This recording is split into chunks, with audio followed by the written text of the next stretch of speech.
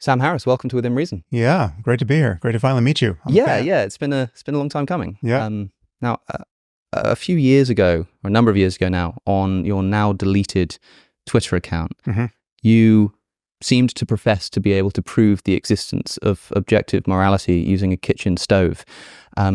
Do you still think that's the case? Do you stand by this thread that now doesn't exist anymore? I have it written down here. I thought that maybe we could sort of go through it because you've a couple of times now referred back to it and said, hey, I think this still holds up as a way to prove the existence of objective ethics.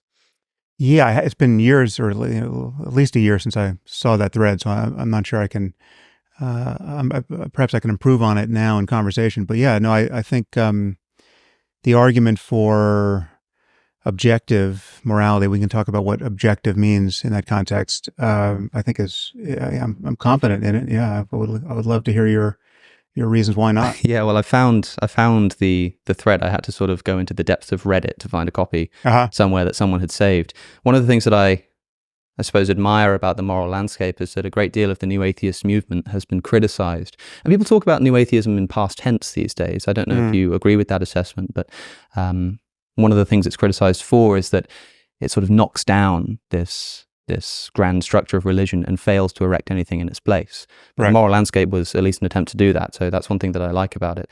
I suppose, do you agree with that assessment of new atheism? That it's passé, or that it's something of a time gone by? Well, I think it was, I mean, I never felt that it was more than it was, which was mostly just a publishing phenomenon. I mean, the four of us had published books in quick succession, and that is me and Richard Dawkins and Dan Dennett and Christopher Hitchens. And then people began to treat us like a four-headed atheist, as though we agreed about everything, which of course we don't. But we agreed about most things relevant to the debate around reason and faith and science and religion. Modulo a few things, a few positive things I would want to put in place of the sort that you just referenced. I mean, an objective construal of morality and value, right and wrong and good and evil, and also a contemplative life. I mean, I used spirituality in scare quotes in my book, Waking Up, trying to revive that term. I think that was pretty quixotic. I don't tend to use the term spirituality myself anymore, but what I meant to say is that there's clearly an understanding of the furthest reaches of human well-being that we can arrive at ultimately, whether we have it in hand now, that is deeper than culture, that's not parochial, it's not merely a matter of anyone's invention, but it actually speaks to some universal truths about the possibilities of human consciousness, and even beyond, conscious machines, if we ever build them, etc. So all of that relates, I think we're going to talk about the moral landscape, all of that relates to questions of value as I construe them, and how a completed science of the mind could ultimately understand them. And the moral landscape is something of an attack on relativism. This idea that seems quite popular among secular ethicists, that there's no way to, I suppose, objectively measure different value judgments against each other. I think it's clear that everybody values something, even if just subjectively. You need to have some kind of motivation to do essentially anything in the world. The interesting question is how we can measure these against each other and determine which one is actually true. And the big selling point of the moral landscape is that this is something we can do with science. So I figured the thread would be a good place to start because it's something of a summary. Sure. But I suppose we can go through and see who caves in. Yeah. So you begin by saying, let's assume that there are no oughts or shoulds in this universe. There is only what is, the totality of actual and possible facts. Second, among the myriad things that exist are conscious minds, susceptible to a vast range of actual and possible experiences. So far, so good, right? We've got a world of stuff. In that world are conscious minds that can experience things. Number 3 is where it starts to get, I think, controversial. You say, unfortunately, many experiences suck. And they don't just suck as a matter of cultural convention or personal bias, they really and truly suck. If you doubt this, place your hand on a hot stove and report back. What do you mean by suck?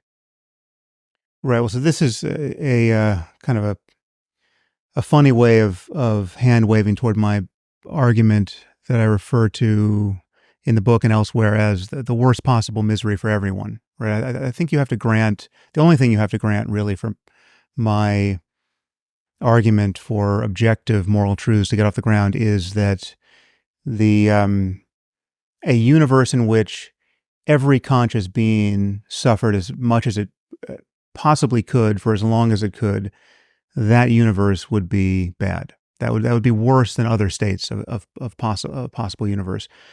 Worse by any measure of worse that makes sense. And the moment you move away from the worst possible misery for everyone, things get better, however incrementally, and better by any construal of that word that makes sense. And if you're not going to grant that the worst possible misery for everyone, I mean, it's worth lingering on what those words mean. I mean, it's the worst. It's not. It's absolute. There's nothing possible that's worse than this, as far as the character of conscious experience.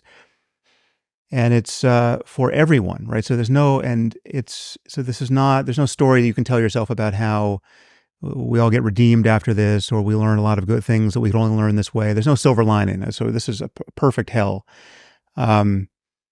insofar as that's possible.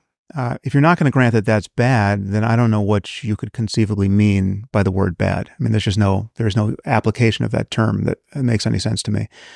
So if and whether or not you want to judge it as good or bad, whether you want to even entertain those thoughts, if you found yourself in that state, given given what it is to have a mind, and given what it is to have a conscious experience of anything, you will be disposed to move away from the truly intolerable and pointless misery that you've been granted towards anything else that's better, and everything else will be better, right? So it'll be the analogous to taking your hand off a hot stove. So the simplest way for a human being in their kitchen to immediately get to the extremity of this is just, put your hand on a hot stove, or just imagine doing so and realize how untenable all of your hair splitting will seem. There's no place to stand with your hand on a hot stove as a human being and say, well, maybe this isn't bad, or maybe I have a preference for this, or maybe this is this is just subjective. Maybe this is just my own personal bias, which suggests that this is bad, right? I liked the way you used the phrase personal bias in the tweet. You said this isn't just a matter of cultural convention, sure, or personal bias. I suppose I would agree that it's not to do with bias, but when you talk about an experience sucking, or an experience being the worst kind of suffering imaginable, I suppose what I want to pick up on there is the word worst. When you say imagine the worst possible misery for everyone, presumably when you say worst there, you don't mean something like morally worst, because that would just be to beg the question, right? When you say worst possible misery, you mean something like the most intense amount of suffering, or something like that? Well, it's bad in any way that things could be bad. So there's the hot stove is one version of that. I mean, that is for creatures such as ourselves, that is a physical torture, right? And if, I would imagine that even if you had a masochist of some sort, if you just made it hot enough, it would cross into a threshold where, that would be nobody's preference.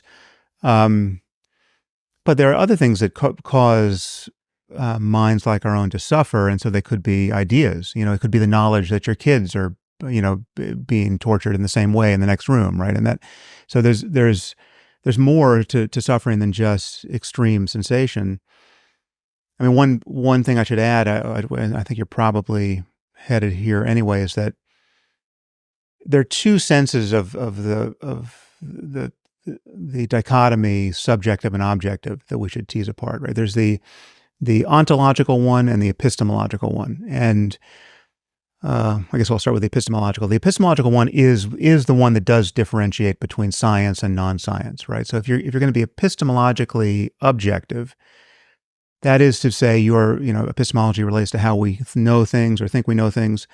To be objective in that space is to be dispassionate, not ruled by bias and confirmation bias or otherwise.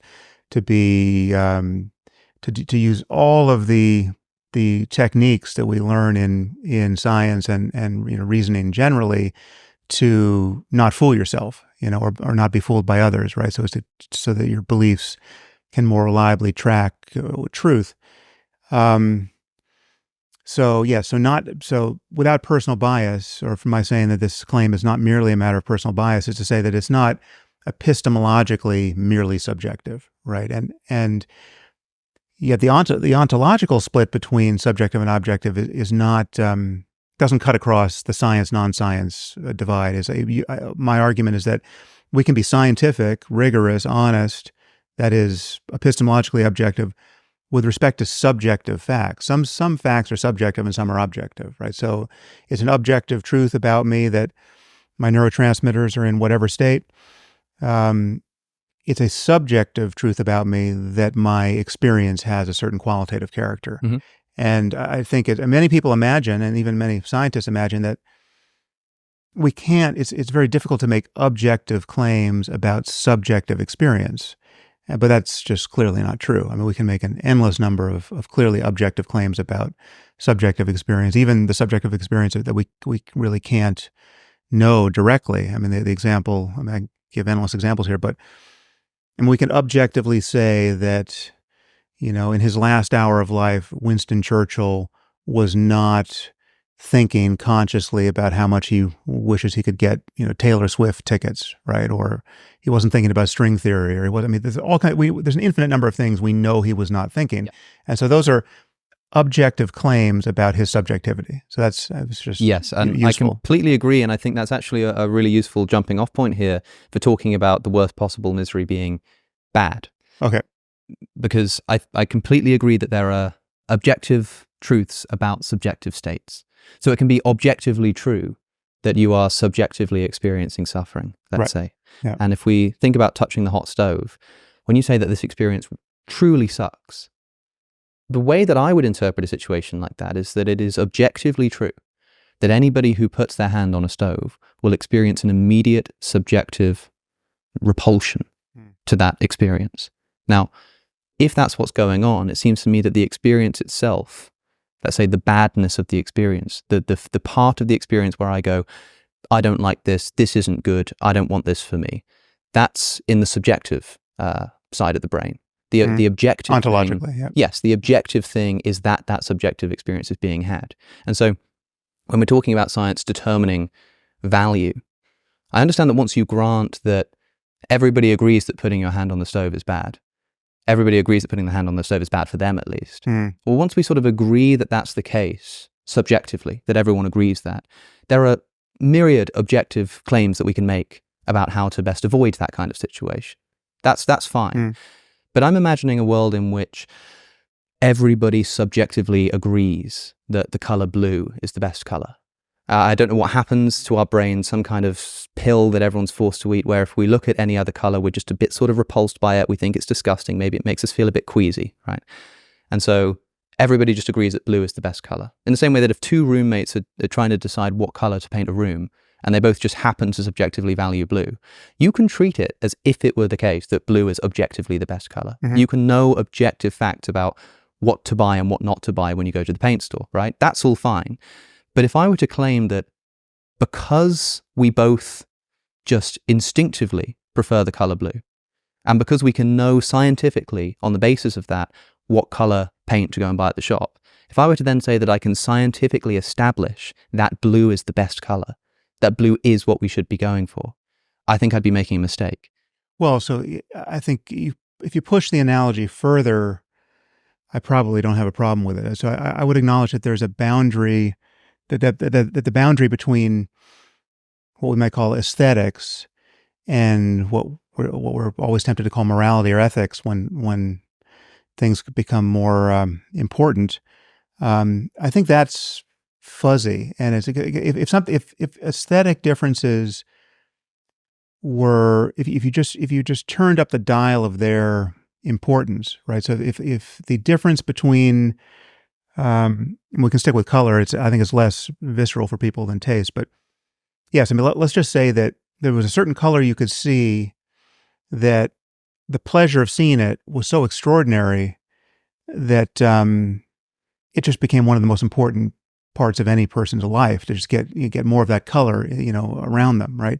And let's say the color was, somehow resource constrained, right? So that, only rich people could get access to it, say. And let's say certain kids were born with a neurological deficit that didn't allow them to appreciate this color, but there was a surgery for that or drugs they could take for that. Mhm. The moment you dial up the happiness factor with respect to seeing this color, the more it edges into moral and ethical terrain. Whereas, if you deprive someone of this color, well, then you really this is a kind of crime against them, right? And we'd want to send you to prison, right? So, I mean, it sounds very far-fetched, but this is analogous to, like, you can imagine a color so rewarding that it would be the obverse of essentially putting your hand on a hot stove. Suffering, it would just become pleasure. In that case, I think that we stop talking in analogy, and we're no longer talking about color as an analogy for pleasure. We're just talking about color as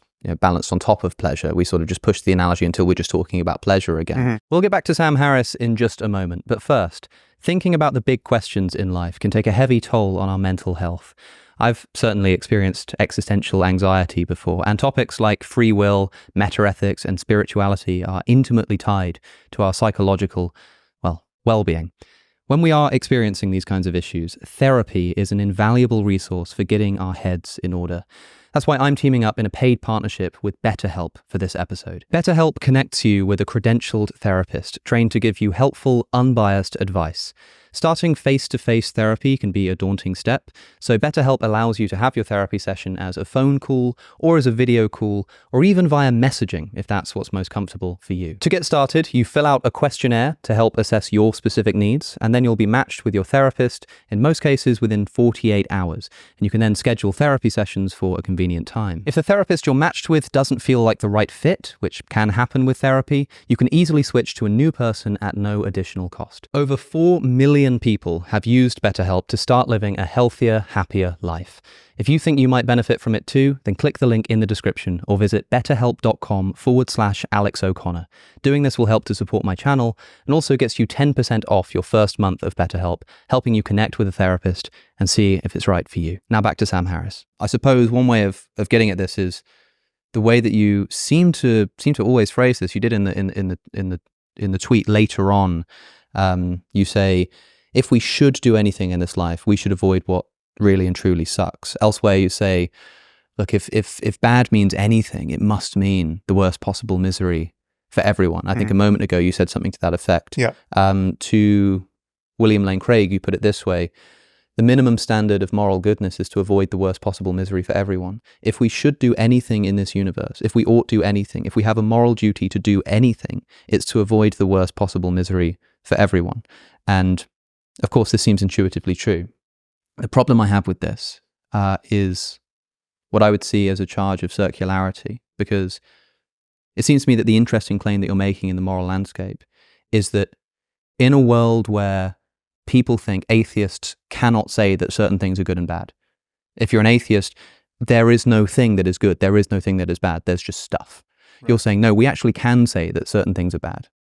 We can do that. And someone says, okay, show me how.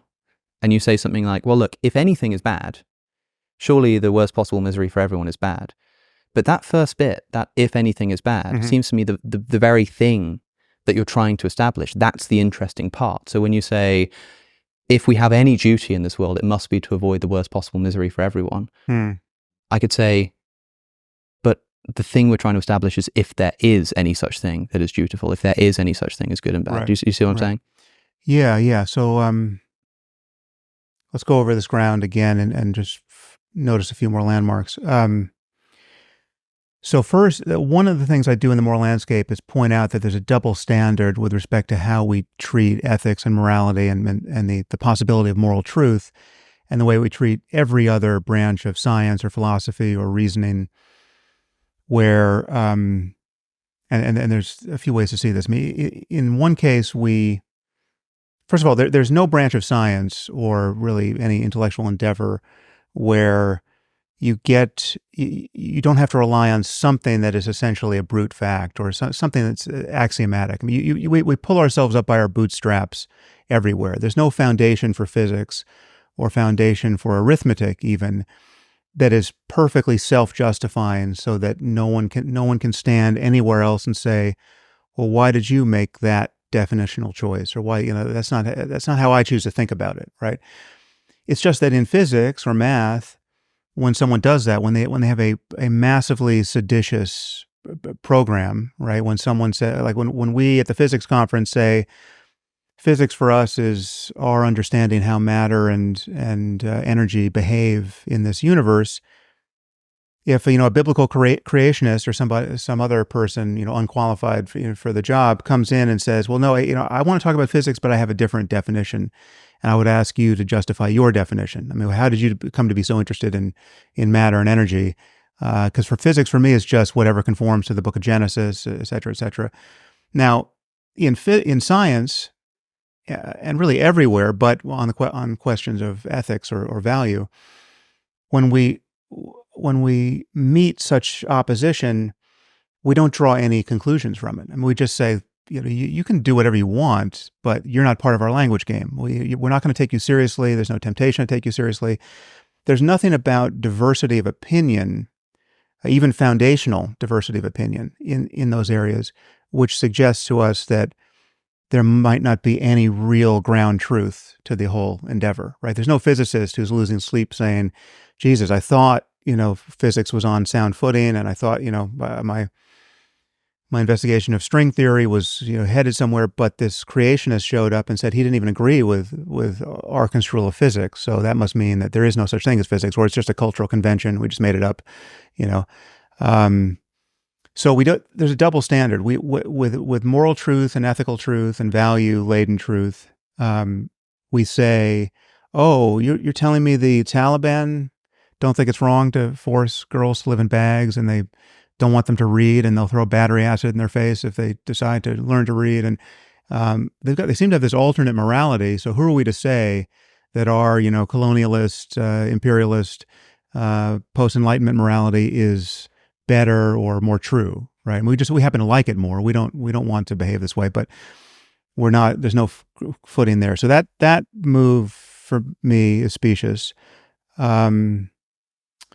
The other move, which is I think we have to some degree courtesy of Hume, is this idea that there's this radical disjunction between facts and values, that we can't. There's no way to describe how the universe is that can tell you how it ought to be, and so there's no even the totality of facts couldn't tell you what you should do next unless you add one of your merely human passions to the mix, right? Mm.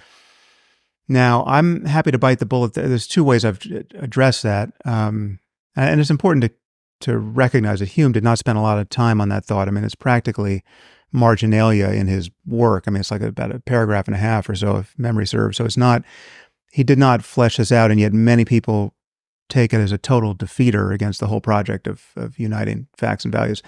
One thing I would point out, there's two ways I've dealt with this. One is, there are any discussion of facts presupposes a whole host of values that we don't get for free, but we act like we get them for free. So value in logical consistency, value in evidence, value in elegance if you're in a mathematical field, right? Something like Occam's razor is a value, right? And so you presuppose our conversation about what's rational presupposes all sorts of values. And we don't tend to acknowledge it, but if I said to you, listen, I have an amazing theory of, the physical world, it just so happens, it really is amazing. It's better than anything you're going to get from Ed Witten or anyone else, but it's a little self-contradictory. I mean, so it's like you're going to catch me saying some things that contradict the thing I said just before, and it doesn't make any predictions. Right. Okay. So this is a joke. I'm talking nonsense. And yet that just shows you that I'm running roughshod over some values that are presupposing any conversation about what's true scientifically. The other move I'm happy to make, though I can talk really on both sides of this, is I'm happy, and this is what I was hand waving toward in that tweet thread, is I'm happy to dispense with this notion of ought and is and moral duty, right? People, one thing I didn't appreciate when I wrote The Moral Landscape is how much people are hung up on this idea that for moral truth to exist, it must contain a the motivational component to follow this moral truth. And in addition to the motivation, it must contain an ability to persuade others that they should follow it, right? So if I could tell you that something is really wrong, right? If it's some way you and I are living is really wrong, the mere understanding of its wrongness or its moral badness would get us to change our behavior by definition. Otherwise, how are we pretending to understand this? And I just think that's a false claim. But I'm happy. And one analogy I would give is, I mean, just imagine. Oh, here's one case. I'm not actually making this case, but let's say this was true.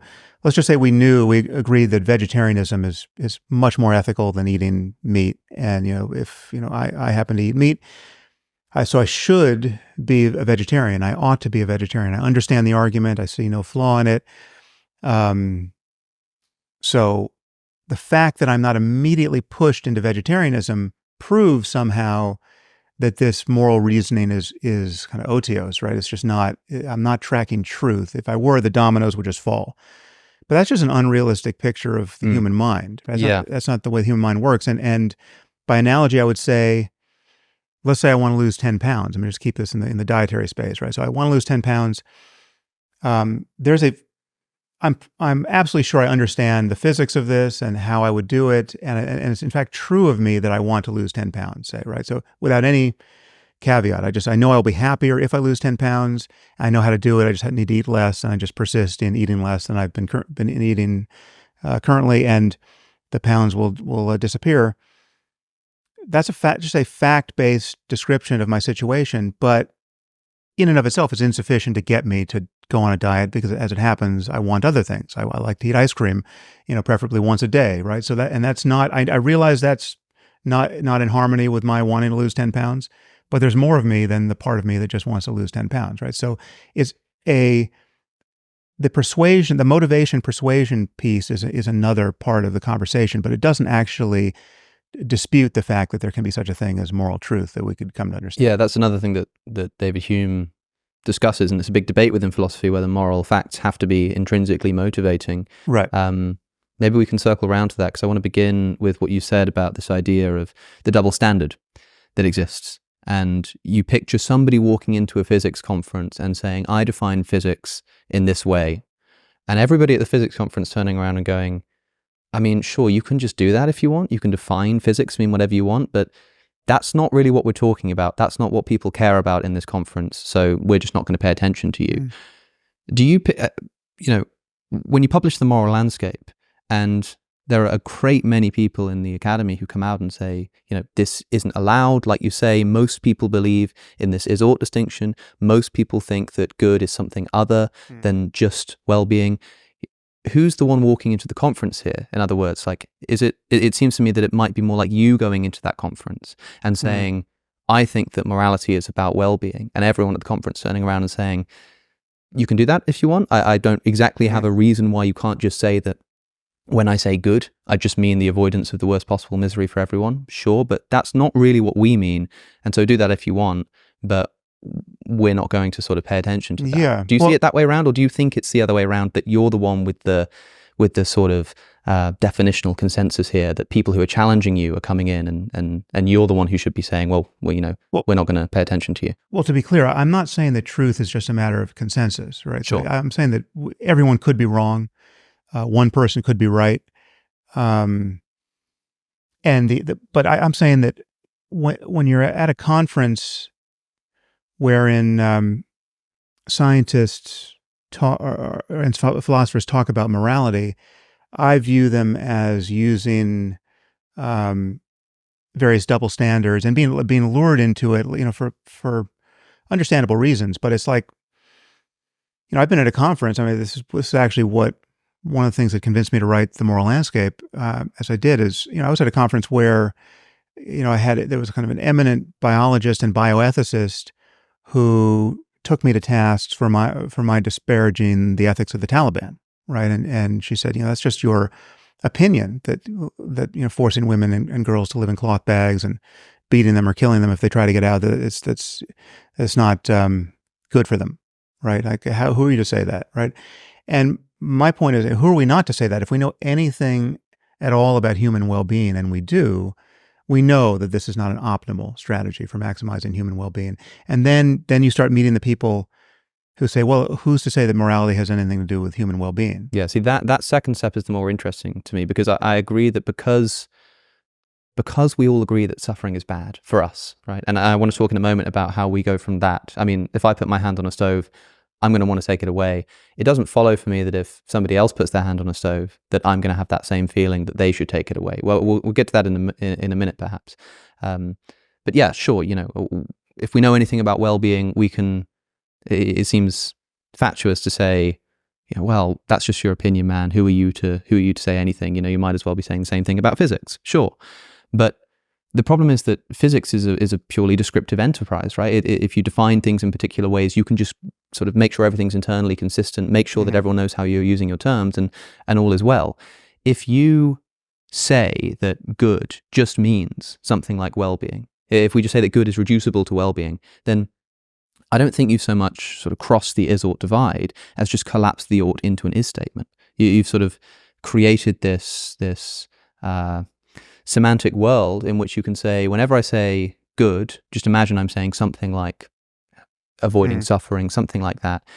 I can translate any moral statement now into purely descriptive terms. I can say, it's not good for you to, or it's bad for you to not allow women to vote. And I can just translate that in your terminology as it causes more overall suffering when women can't vote. Now, that can be true and false, cool. Now we can do an investigation. Well, but it seems like we're not talking about ethics anymore, in other words. Well, no, again, that's why I think so much of our confusion here, and the reason why it's so well subscribed, is that we have this tradition of how we have carved up the pie of the topics intellectually, and the way we have taught ethics, and the way we've demarcated it from science and even from the rest of philosophy, and the way we've internally divided it into, consequentialism and deontology and virtue ethics, right? I think all of these boundaries tend to be misleading, right? And I think we can clean the slate, and we could in a purely descriptive way, which is to some degree where that tweet thread is pointing. You could say, let's just forget we even had this topic, ethics and morality and good and evil and value, and just forget about, let's just be truly naive as to what our circumstance is. We're clearly in a circumstance where there's a wide range of experience on offer, depending on what kind of mind you have. And a few things are true about this, which are clearly true, and I think clearly give us a realistic picture, a philosophically realistic picture of the space in which we are making various truth claims.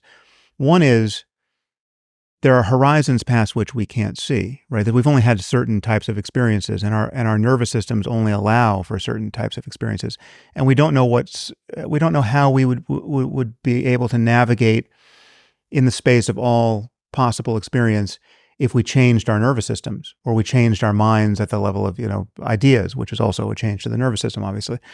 We don't know what experiences would be on offer if the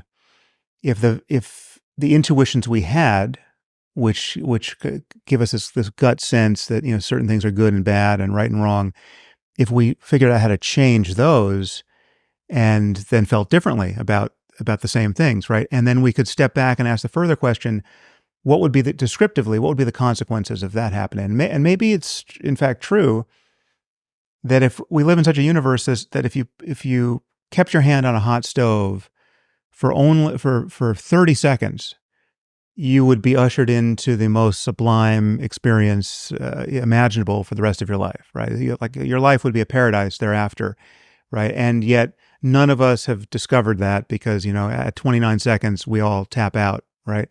Now that's just there's no reason to think we live in that universe, but if we did, then it would be morally important to figure out how to get over the 29-second hump on the hot stove, right? Now, leave aside questions of should and ought and duty and good and evil. Let's just admit that we're in this.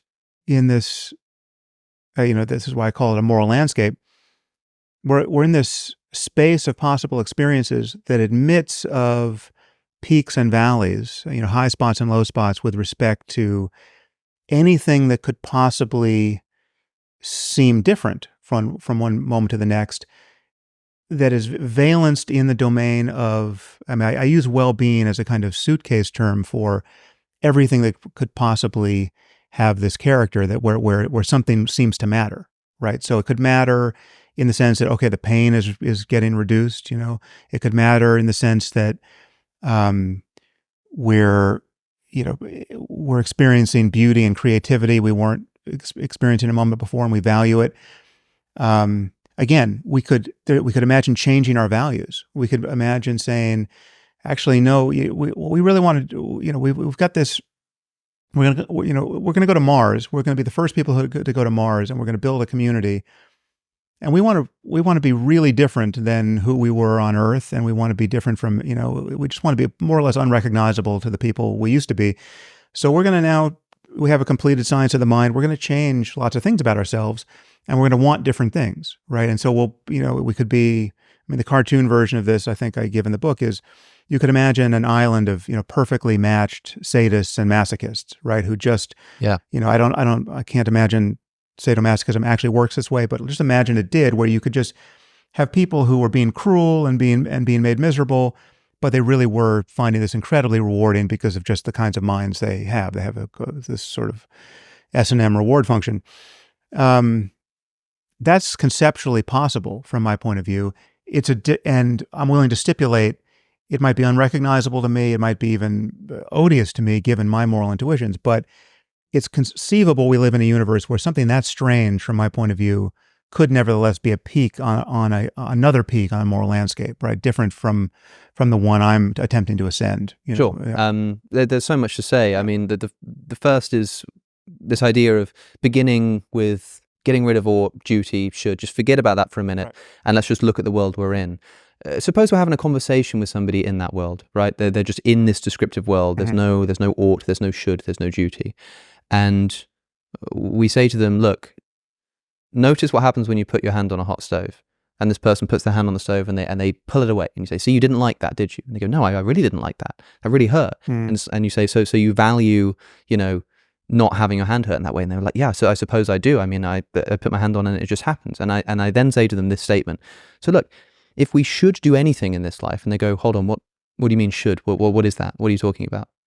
I say, okay, if we should do anything, it should be, avoiding those kind of circumstances. And they just say to you, right, we're in this world where should doesn't exist. Again, what are you talking about there? I don't think we should draw much of anything from this failure of persuasion, because again, it is like the creationists at the physics conference. But well, it's not so much I see what you're saying there, but what I mean to say is I'm trying to get out what you actually mean in that phrase when you say if we should do anything. What do you mean by that word? I'm saying the universe would be better, all things considered. So let's just say we couldn't. Let's say we all have enough brain damage on this point where the sense of should is just something we can never seem to justify, and we're all kind of radically selfish.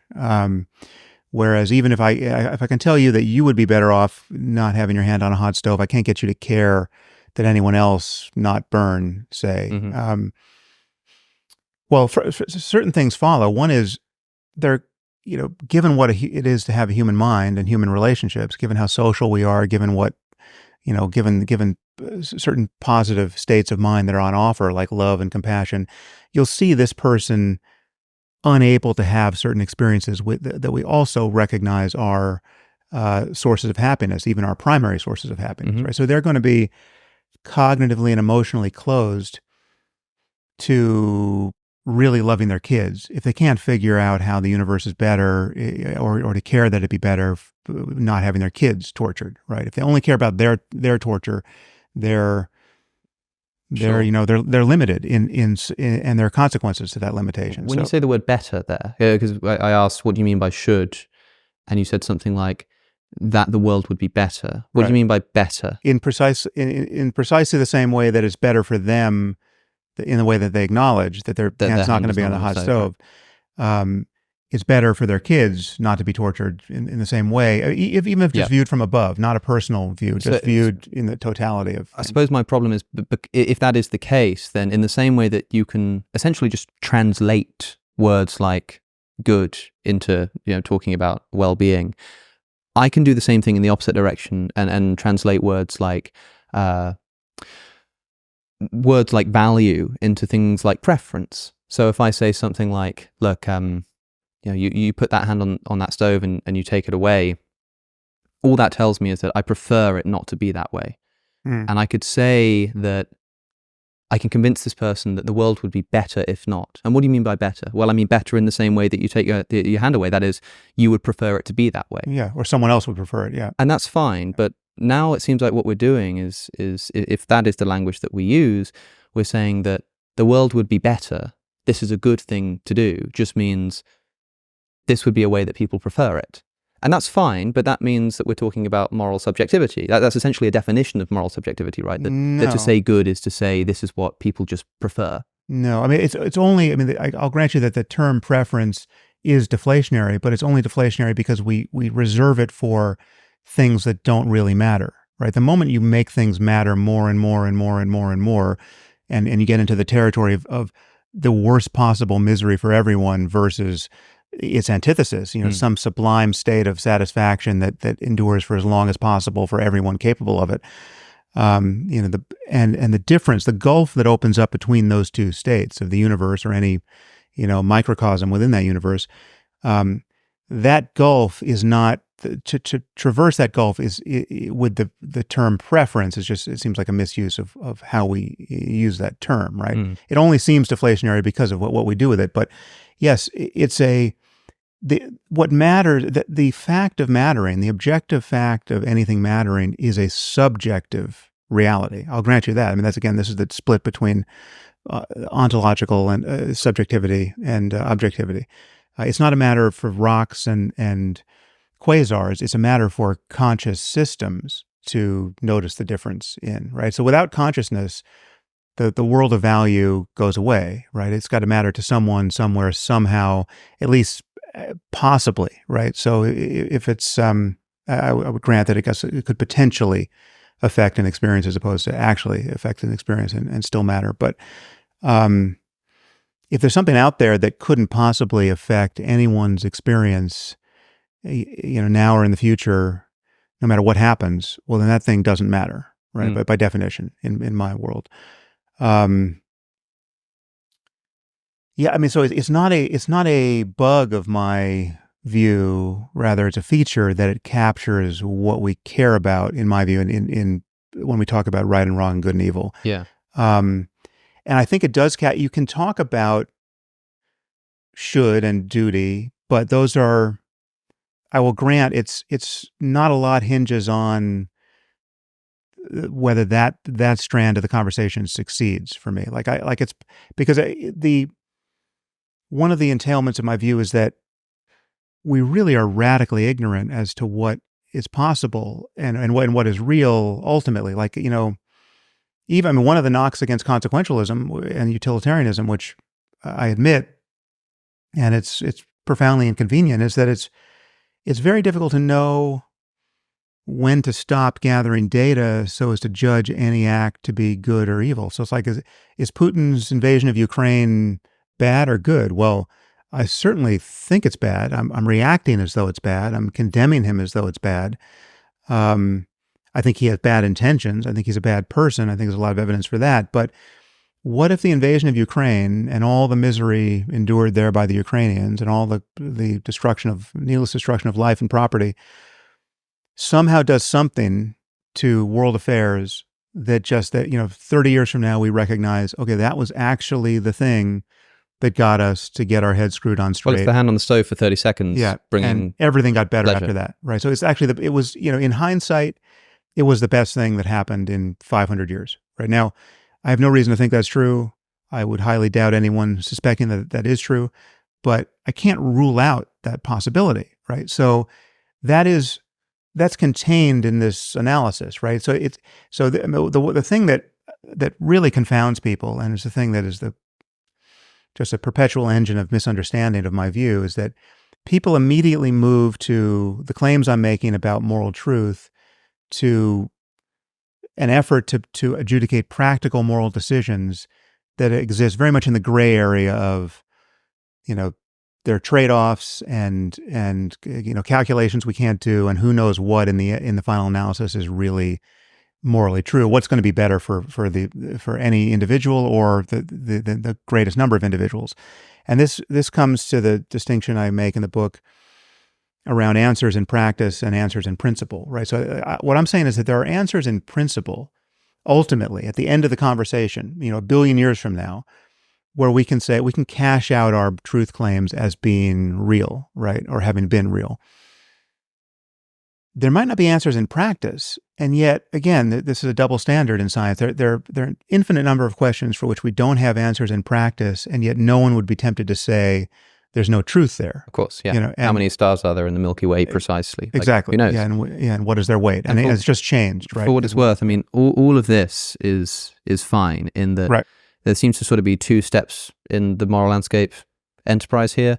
One is good is about well-being. That's step one. And step two is once we grant that, we can make all kinds of scientific claims. And this is where it becomes relevant to talk about how people will object, but you can't know in practice, but there is a principal answer. All of that stuff, I'm totally with you on. Like everything on that side, I completely agree. It doesn't matter that we can't know in practice, whether we should cure cancer or racism. Like that doesn't matter. There could be a right answer. But that's the kind of pushback I get even from moral philosophers. They'll say, well, I don't know how to measure well-being, right? Sure, Like, give me a device. But so look, I hear that you're concerned about the definition of well-being and that it's not precise and that it couldn't be precise. It's not that it's not precise. It's that I suppose, and I'll be interested to see what you think of this. When you've spoken to Daniel Dennett about free will, right? And most people listening will probably be familiar.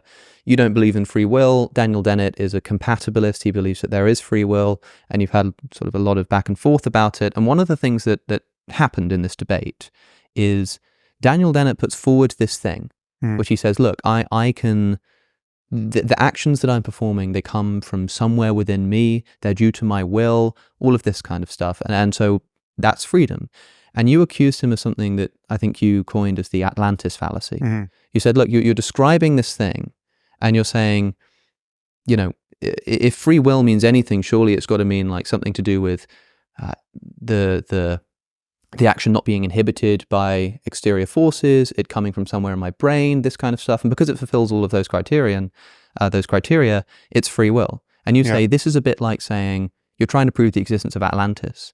And you say, here's this city, and it's watery, and it's old, but you're actually pointing at Venice. And you say, but what is this Atlantis that you're talking about? Atlantis is a sort of slightly, it's this watery city, it's really old. Like, it fulfills some of the criterion, sure, but it's not what people mean when they say Atlantis, right? And that's the criticism you've made of Daniel Dennett. Now, he's changing the subject. Yeah. What I want to do is make the same criticism here of you, that you're doing the Atlantis fallacy with ethics, where you say, look at this thing called well-being. It seems intimately connected to things that we value. It seems intimately connected to all sort of forms of moral systems that people have devised.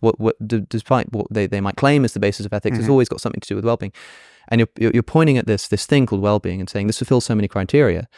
And that's the equivalent of you pointing to Venice and me saying, sure, it does do that, but when people say Atlantis, they mean something else. And when people say good, they just mean something else. Yeah, so that's I would be happy to dispute that. It's because in Dan's case, I can point to what he's leaving out, right? Mm-hmm. He's leaving out something I think crucial. He is in fact changing the subject.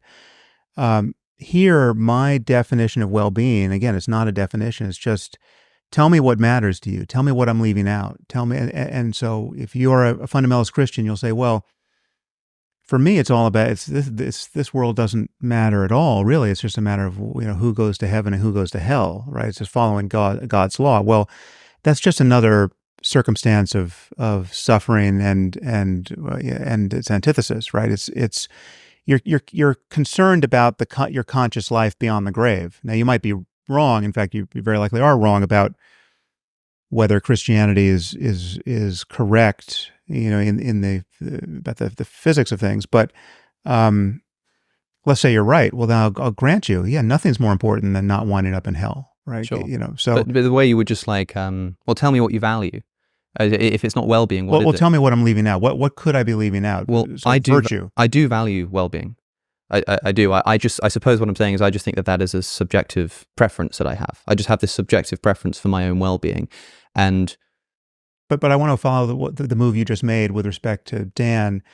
You're saying that my definition of well-being, however capacious, is guaranteed to leave out what some people legitimately mean by good or evil or etc. Yeah. So what are those things? Well, I think the tricky thing is, and I can offer a few different answers from different, I guess, moral perspectives. I mean, I'm an emotivist about ethics, so I don't have what I would say is whatever that gap is, I think just doesn't exist. But some people might say, for example, when you speak to a religious person and you say, what do you value if not well-being, or what is missing from that picture? They might say something like, well, yes, the worst possible misery for everyone is bad, and that there's no way of conceiving of that situation that wouldn't be bad.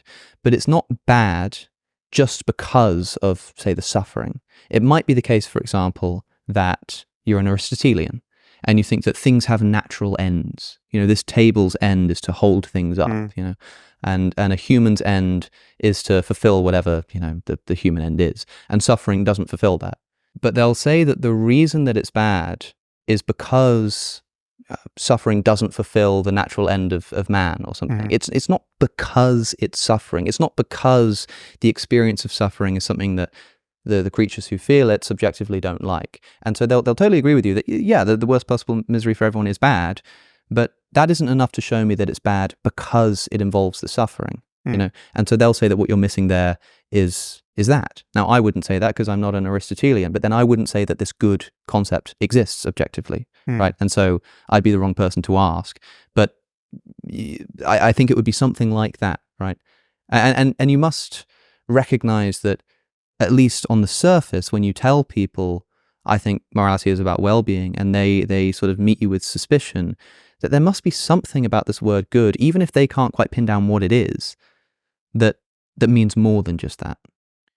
Yeah, well, so I'll grant you that people have different associations with all of these terms, and many of those associations are confusing. I mean, they make it's very easy to misunderstand what I'm saying if you have a fairly effete conception of well-being or happiness. Or, I mean, these they don't sound like substantial terms. It sounds like when you're thinking about what spa you want to go to on the weekend, then you're thinking about your well-being. But when your kid's getting tortured in the next room, well-being is not the framing that makes sense. But I'm using well-being and even a lighter term like happiness versus suffering to run as deep as we can possibly go, and deeper than that if we only had minds that could go deeper than that, right? So it's just, again, I'm willing to dispense with the conventional terminology in order to just reset the conversation and descriptively explore this space of all possible experience, right? So what are the concepts? If you don't like words like good and evil, how do you want to think about a space where you individually and we collectively as conscious beings have a navigation problem, right? Well, like where morality is essentially the demand that is being imposed on us by reality, the reality that we are as conscious beings and whatever reality in which we're entangled. The demand is being made on us at each moment to do or not do something next, right? Like we're continually tacking in some unseen wind and experiencing the results of that movement. Yeah. And we're, you could imagine beings like ourselves where they have a very different language. The conceptual layer that applied to this navigation could be very different, and it might not be easy to translate our moral talk into their talk about these changes. Right? Maybe you can tell me what I'm missing from my picture then, because like I say, I'm broadly speaking an ethical emotivist. But say more about the consequences of that. What does that mean? I'm not sort of, I don't know, I always like to be a little bit agnostic about these things, open to change and all that, but I'm broadly attracted to this view that when we make ethical statements or pronouncements, we're essentially just expressing emotions at each other. And so when I say that murder is wrong, I'm sort of expressing some kind of distaste, or I'm expressing something akin to saying, don't do that, which is just like a command. It doesn't have any truth value. It's not even subjectively true or false. It's just like a command or an expression. And so if that's the case, then this sort of ethical talk is completely different to the picture that you're painting. And so, no, not really. I can translate some of that into the picture I'm painting, because again, it sounds like to say that it's just a statement about the way we feel or might feel. Well, it's not. To be clear, it's not a statement about how we feel. It is the expression of the feeling. So the mistake that's often made with Emotivism is when I say murder is wrong, I'm not saying something like, I don't like murder, or I feel bad towards murder, because that can be true and false. As we were discussing earlier, it can be true that I don't like murder. It's the expression of the dislike to the murder. So A.F. famously has it as just going, boo murder. That's not something that has any kind of truth value.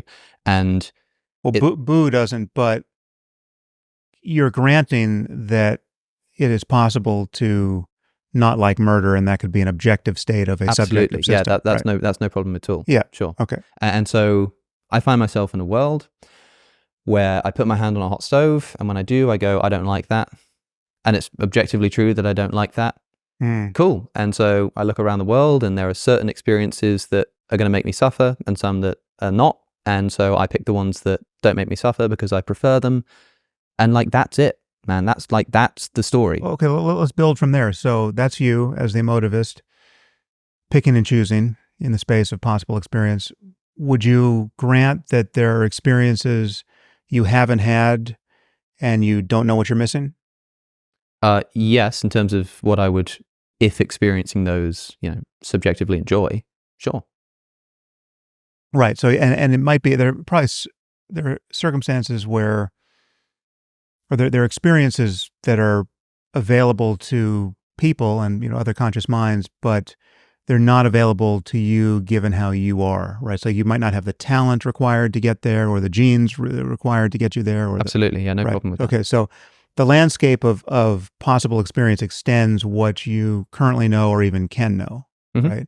And that's true of every person like you. And then now we're saying boo at each other in that context.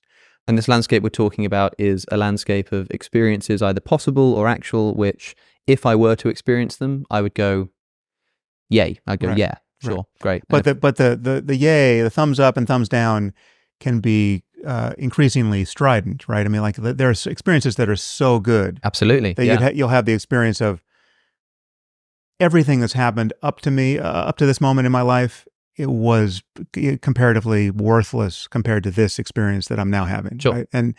And obviously the opposite is the case. So what do you make of the fact that these experiences exist, right? And they're radically different, and that there are right and wrong answers with respect to how to get from one to the other. It's not, you don't randomly get just hurled toward one or the other. Sure.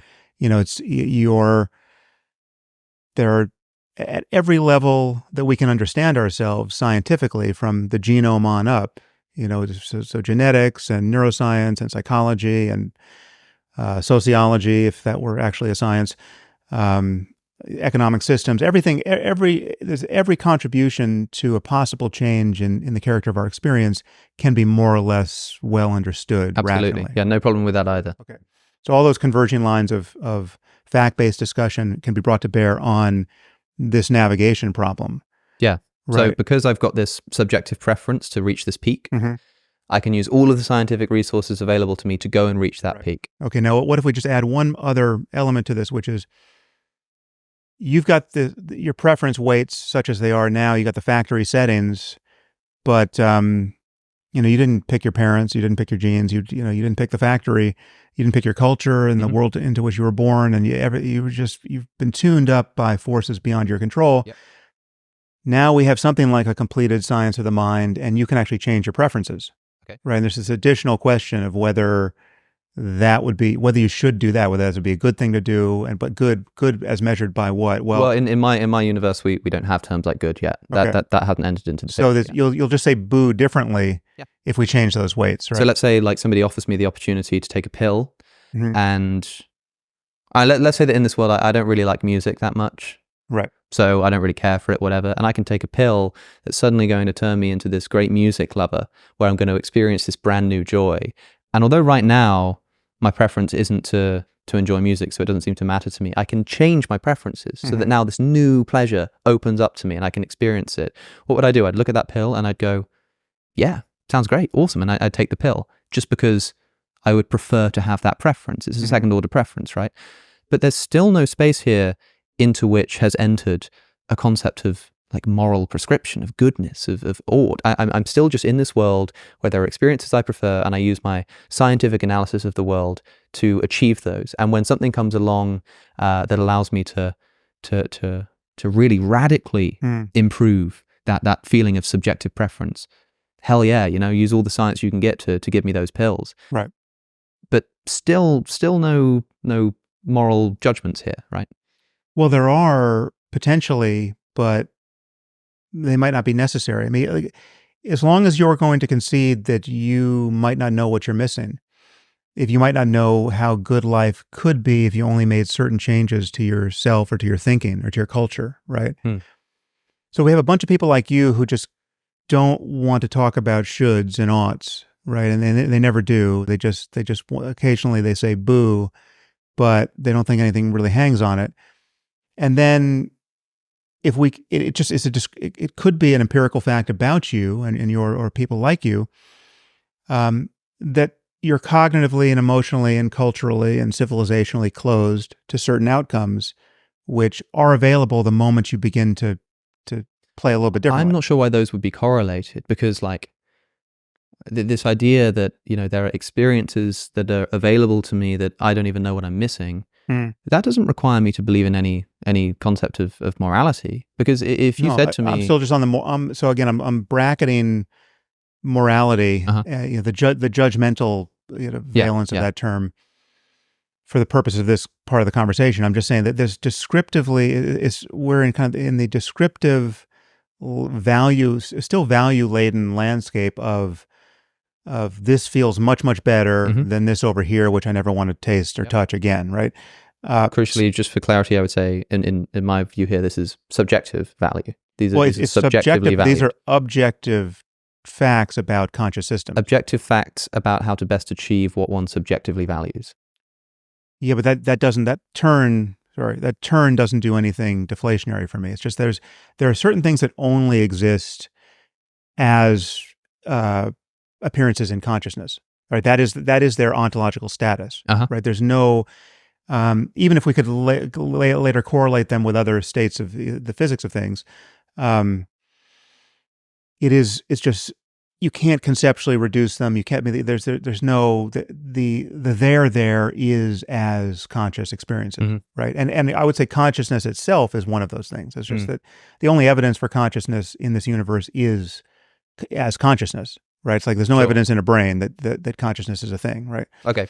So is there something from this picture that we've been painting so far, where I've started in a world? I don't know why I'm imagining like I'm on some desert island, like we're starting from scratch, like the opening Minecraft game or something. I'm just here in this world, and there are things I prefer and things that I don't, and I start to learn scientifically through observation which things are going to get me what I want and which things aren't. So I start acting in accordance. Then we all get together, and because it's going to be good for me if I work with this person, we work together and we start developing maybe this pill, and then somebody comes over on a boat and says, hey, there's this great thing that you don't even know that you're missing, give it a go. And I'm so open-minded that I'm like, yeah, sounds awesome. And the pleasures are just increasing and increasing all the time. And again, like, the end, end scene, story's over. That's the picture for me.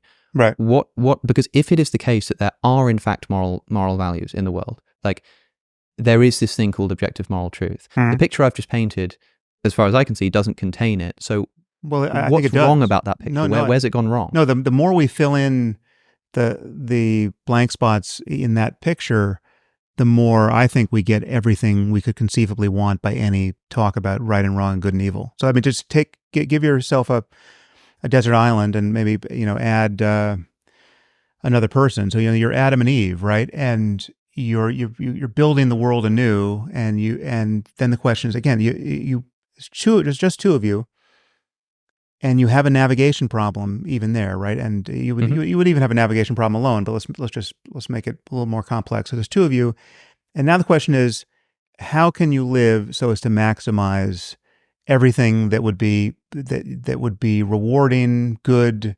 yum yum. I want more of that. Yeah, well, that is what they would in fact be doing, but there would be no. Okay, but no, but again, the crucial thing to admit is that there are right and wrong answers. That there are very real and very different possibilities in the space of all possible experience that can be actualized. There's some they couldn't possibly get to in a normal human lifespan because two people's just not enough to get you those things, right?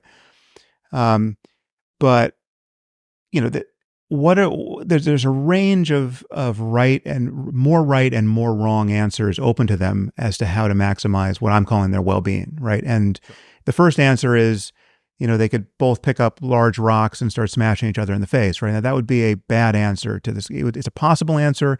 It will give them some immediate feedback as to what life is like when you do that. Be the wrong way to get their well. Wrong way, and it just closes the door to other kinds of collaboration that we know are going to be objectively better. If better means navigating away from the worst possible misery for everyone and towards something, or in your emotivist terms, fewer booze and more yums. The character of experience will change, and will change by virtue of whatever laws of nature underwrite the character of conscious experience, right? And That's right. Again, we can understand those laws at every level that we attempt to understand anything, from genetics on up. Right? It sounds to me like, Adam and Eve in that world, the color example comes to mind again, and maybe I'm missing something as to why this isn't a challenge, but they just are looking around the Garden of Eden, and they just discover that yellow just is really nice. They just like it. And so then they discover that there are all of these scientific ways to figure out how to get more yellow. They figure out like botany. They figure out that you can plant particular plants and we'll get more yellow in the world. Like, great. But this seems to me just two Homo sapiens acting in accordance with their preferences. If somebody tried to import moral terms into this botany of planting flowers because they're yellow and we prefer yellow, I'd say that's a bit strange. And then that person could go on this incredible and intricate demonstration of the surprising and incredible ways that science can inform us about how we can enjoy colors in ways that we never even imagined. Like there's so much more to it than we even really considered. Yeah.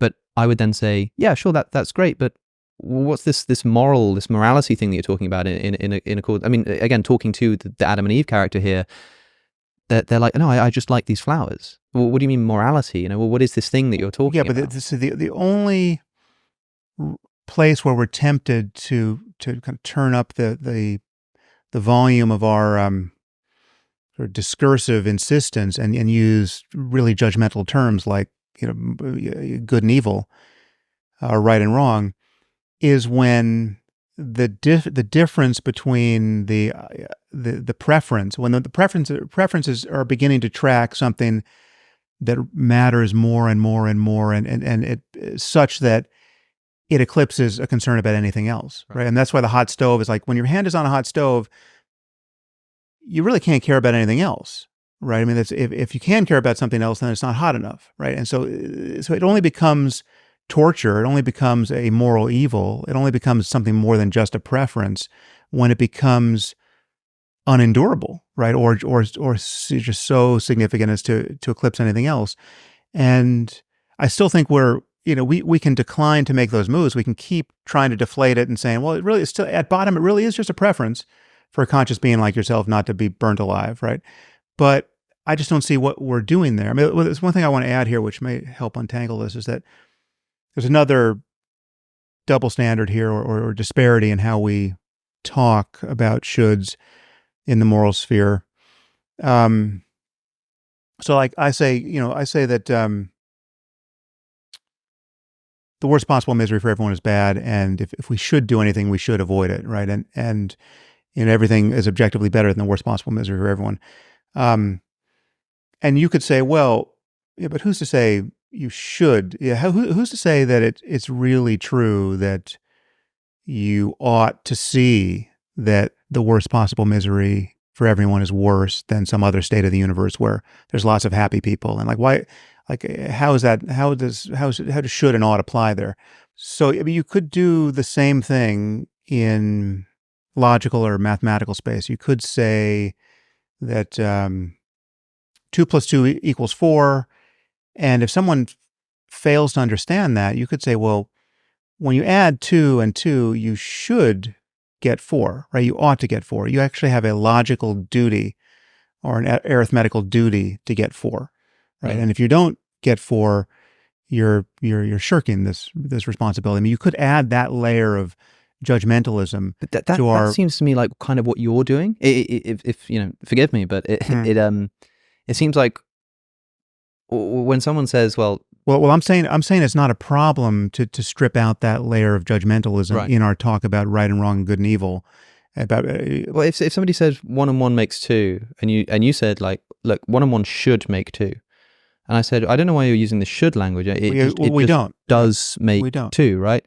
Yeah. And the worst possible misery for everyone is something we should move away from. Whereas I would say, but it's just something that people do move away. Exactly. From. But arithmetically, 2 + 2 just does make 4. And people just do move away from the worst possible misery, exactly, right? Yes. And there is no, it's definitional. If you wouldn't want to move away from it and you want anything, it's not the worst possible misery. I totally agree. But notice how, like, if that's the case, because look at that, we agree on something. We just do move away from suffering. We just do get 2 and we add 1 and 1. If you said to me, again, a little caveat here, nothing turns on it, but this is not pure. It's not a pure pleasure principle. I mean, there's all kinds of suffering we do move toward because they're deep. We recognize that there's deeper happiness and things we want on the other side of it. Yeah, so that's why it's helpful to talk about the worst possible misery, right? Even conceivably. Yeah. Sure. So people just do move away from it. And when you add 1 and 1, you just do get 2. Right. If you turn around to me and said, well, I'm just going to start talking in this language of should. I'm just going to say, if you add 1 and 1, you should get 2. And what I mean by that is essentially a moral prescription. No. Again, I'd find that really weird. The difference. So I think you're taking the wrong end of this thing, or the opposite of what I'm trying to illustrate. I hear you making my point. What I'm saying is that this should talk, this ought talk that people think is intrinsic to morality, I think is grafted on in the same way that I'm now grafting on in a seemingly ridiculous way, this judgmentalism with respect to logic. Right. So you're saying that people... I'm saying it just is better. People generally do this should thing. They just add the should factor when they're just talking about the description. If there was a button here that we could push at no cost to ourselves that would reduce the misery of human beings on Earth by half, and let's just stipulate that there's no other unforeseen negative consequences that occur as a result of that, but just like consequentially, this is just better. Everyone who's miserable gets, much less miserable, and no cost to ourselves, we can push the button. So what does it mean to say we really should push that button right now? That's one way of talking about it. I would agree. For shorthand, it's fine. I say should all the time, right?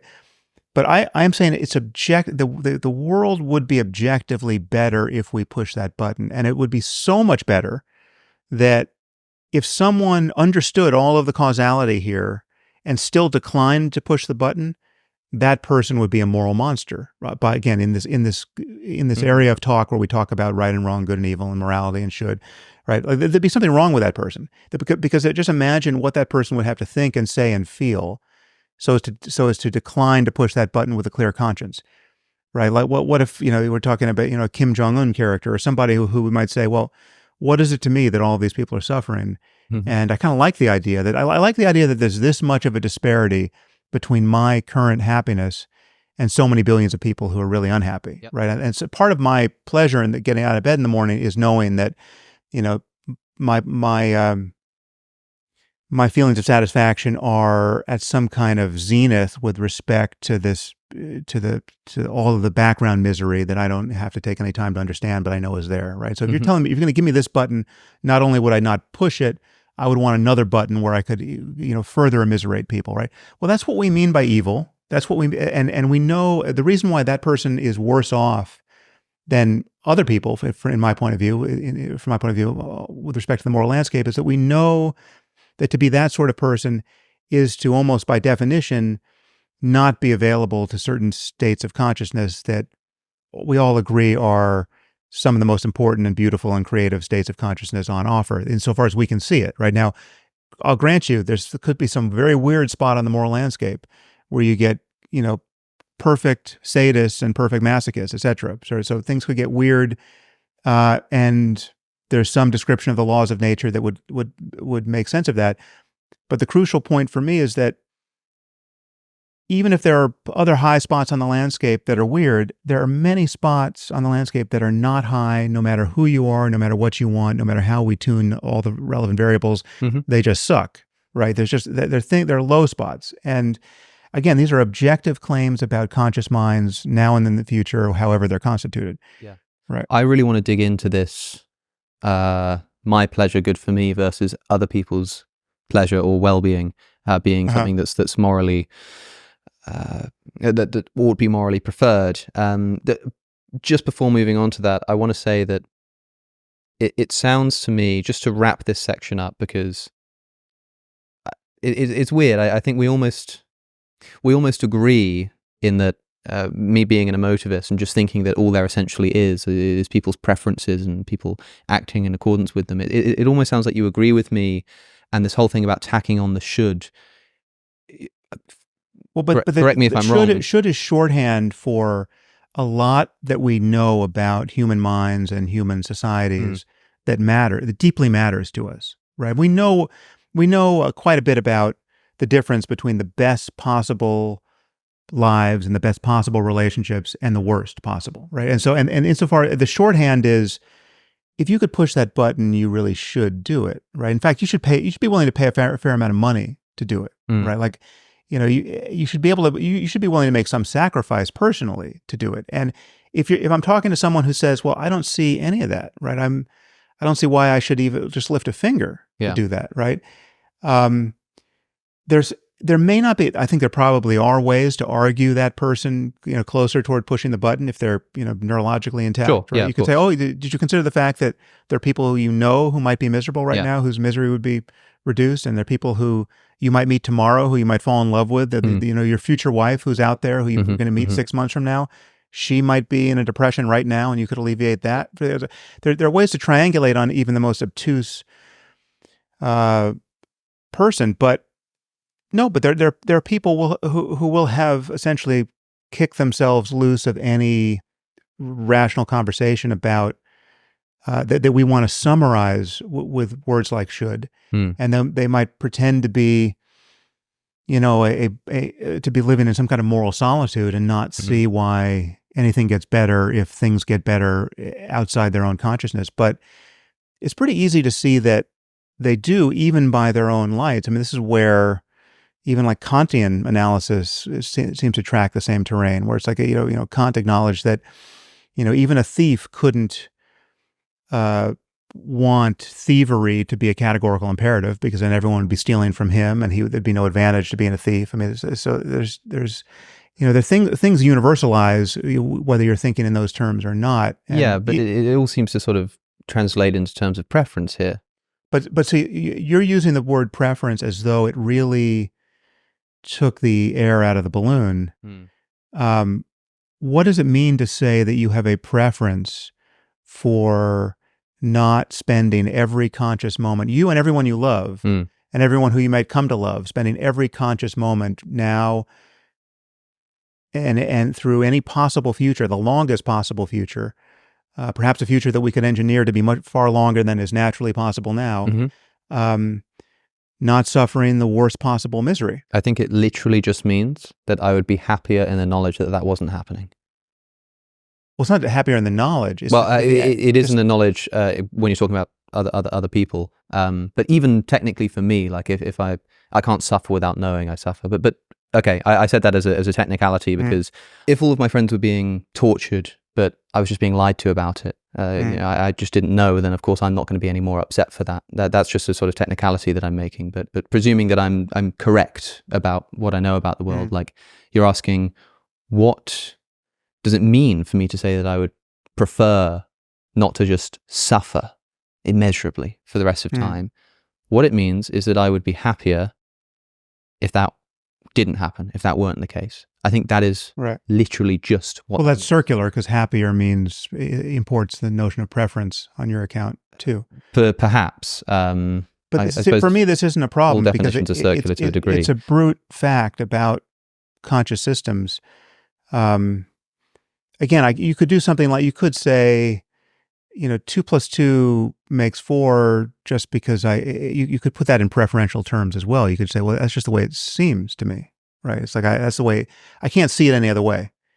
You, as a logician, you could simply say, you could subjectivize everything. You could say, it's just the way it seems to me, and what work does that do? That is in fact true. I mean, if you want to be radically skeptical about everything and bracket everything, I have defended that view elsewhere. That essentially we can emotivize everything, and so rather than, let's say, pulling up, subjective ethics into the realm of objectivity, we just pull the realm of objectivity down to the subjective realm that most people put ethics in. I mean, is that something like what you're doing then? Just saying... Well, I'm just saying they're on all fours. Yeah, sure. Because first of all, everything is happening in and as consciousness, right? I mean, there's no, consciousness, on my account, is the one thing in this universe that can't be an illusion, right? Because to say that it might be an illusion is to invoke consciousness just as fully as any veridical impression does. I mean, like to say that this is all hallucination, this is only the way things seem. Well, it's the fact of seeming. It announces the truth of consciousness as much as anything else, right? So it could be a simulation, this could be a dream, I could be a brain in a vat. None of that actually undercuts the reality of consciousness as I'm defining it and as I believe everyone's experiencing it. So there's nothing if you're going to keep pushing this analysis further and further and depriving our terms of the gravitas they seem to have in ordinary language games, you are going to wind up with something like a radical, mystical skepticism that privileges consciousness first above everything else and only admits the seemings that seem to have pragmatic utility in physics or in medicine or in economics or in morality. But again, everything is going to be, there's not this disjunction of we've got science and rational and mathematics and our rational bedrock here, and then over here at some far more confected stage of the conversation, the stage where it's really just a bunch of, parochial, not altogether true, certainly not scientific biases, where we talk the talk of boo and applause. That's where we talk about good and evil and right and wrong. That is that separation that I'm undercutting in the moral landscape. If you're going to grant me that everything is on all fours, where we're talking about how things seem, right? And in every time we try to give our seeming some kind of weight, we're left pulling ourselves up by our bootstraps. So if you're Gödel, you're saying, well, you can't even get arithmetic without presupposing something that's true that can't be self-justifying within the domain of arithmetic, right? Yep. If you're going to grant all of that, and you're going to at the physics conference, you're going to say, yeah, well, we just happen to want the way we feel. It's our preference to understand the behavior of matter and energy, but we can't really say that's really physics. Maybe there's a totally different physics, right? If you're going to deflate everything equally, well, then it's all the same. I think we're doing a lot of work that isn't necessary. I think it's fine to use the moral shorthand of should. Can it be cashed out in those terms when it comes to the laws of logic or mathematical truths, where it seems natural for me to say of the worst possible misery that I prefer it not to be the case. It just seems so much more unnatural. Doesn't it sound psychotic to say that? Psychotic or psychopathic? Like either you're not tracking. I mean, just imagine, you're held by your captors in a room away from your family, and but you can hear the screams of your family in the next room, and they say to you, you want us to stop torturing your family because you just give us the information that we know you have, and you say, well, I obviously have a preference that you not torture my family as you're doing right now, but I mean, like that aloofness from the details of what's actually happening. Well, I don't think I would put it so.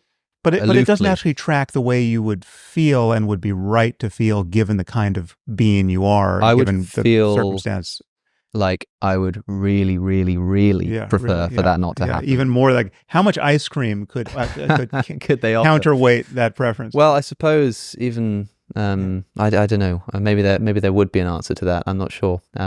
It's hard to know until you've been in that scenario, I suppose. But I mean, look, it sounds great. But look, I mean, people say this about all kinds of things. They say it sounds absolutely absurd to say to look at the majesty of the universe and say there's no God. It just seems like crazy. And you're one of the people who's better than anyone else at looking at situations like that and going, yeah, but like forget about how it seems.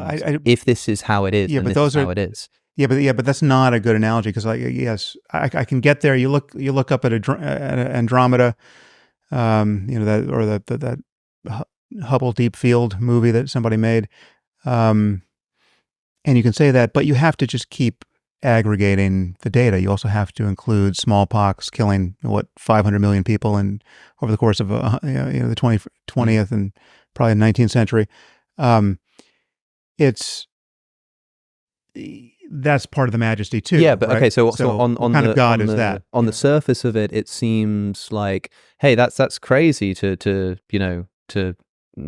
say that, but if we look at it more deeply, then we'll realize it's not so crazy. And I think the same thing's true here. Like if I'm, a captive, and I say, and I was somehow in the state of mind to actually reflect in a second order sense on what was actually going on in my brain, then I would notice that when I just instinctively say, please, I'll do anything, let me go, I need you to let me go and let my family go. If I were able to stop and reflect on that, then looking at all the data, I'd realize that what's really being expressed there is a really intense preference. In the same way that if I held a hand on a stove, I think that you wanting to take that away is a preference. It's you saying, I would prefer it to be the case that my hand were not on the stove.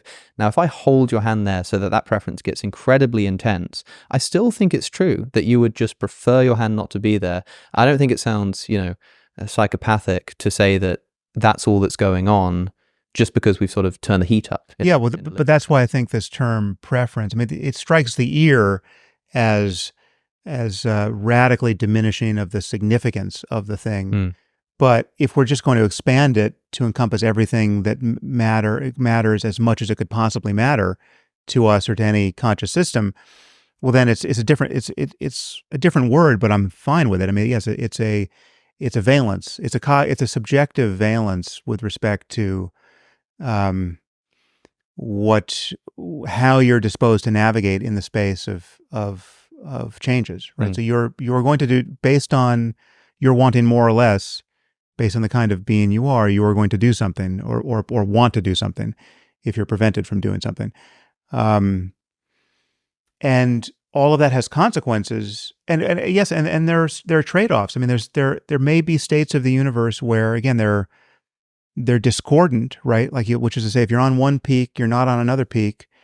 But if we could, spend 1 billion years doing all the relevant math, we would recognize, okay, everyone's kind of more or less just as well off in each circumstance, although things are different, right? These people are fixated on yellow over here.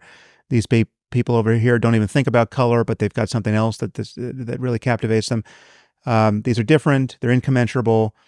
But they're given the laws of nature, and given that everything that allows for experience is emerging out of the laws of nature, there is a way to navigate between these two peaks. There's some valley we could descend into, and some ridge we could climb. That would require changes to the nervous system and changes to our intuitions and changes to our talk about morality, and And there are trade-offs even within the gray areas of our own living where we don't know if we've made the right decision. And if you could even say, like, imagine the person who's being tortured, or, imagine a person whose family is being tortured in the next room, and he has secrets that if he gives them up, he's going to ruin the world. So it would be good if he didn't care about his family being tortured, right? And if we could give him a pill at that moment that would cause him to be, truly callous with respect to the suffering of his family, that would be the right thing to do because he'd save the world and he wouldn't suffer. And yes, it's too bad about his family, but in a consequentialist calculus, you save 1 billion lives and you lose 2, and we'll take that trolley problem all day. Okay, that's a painful trade-off.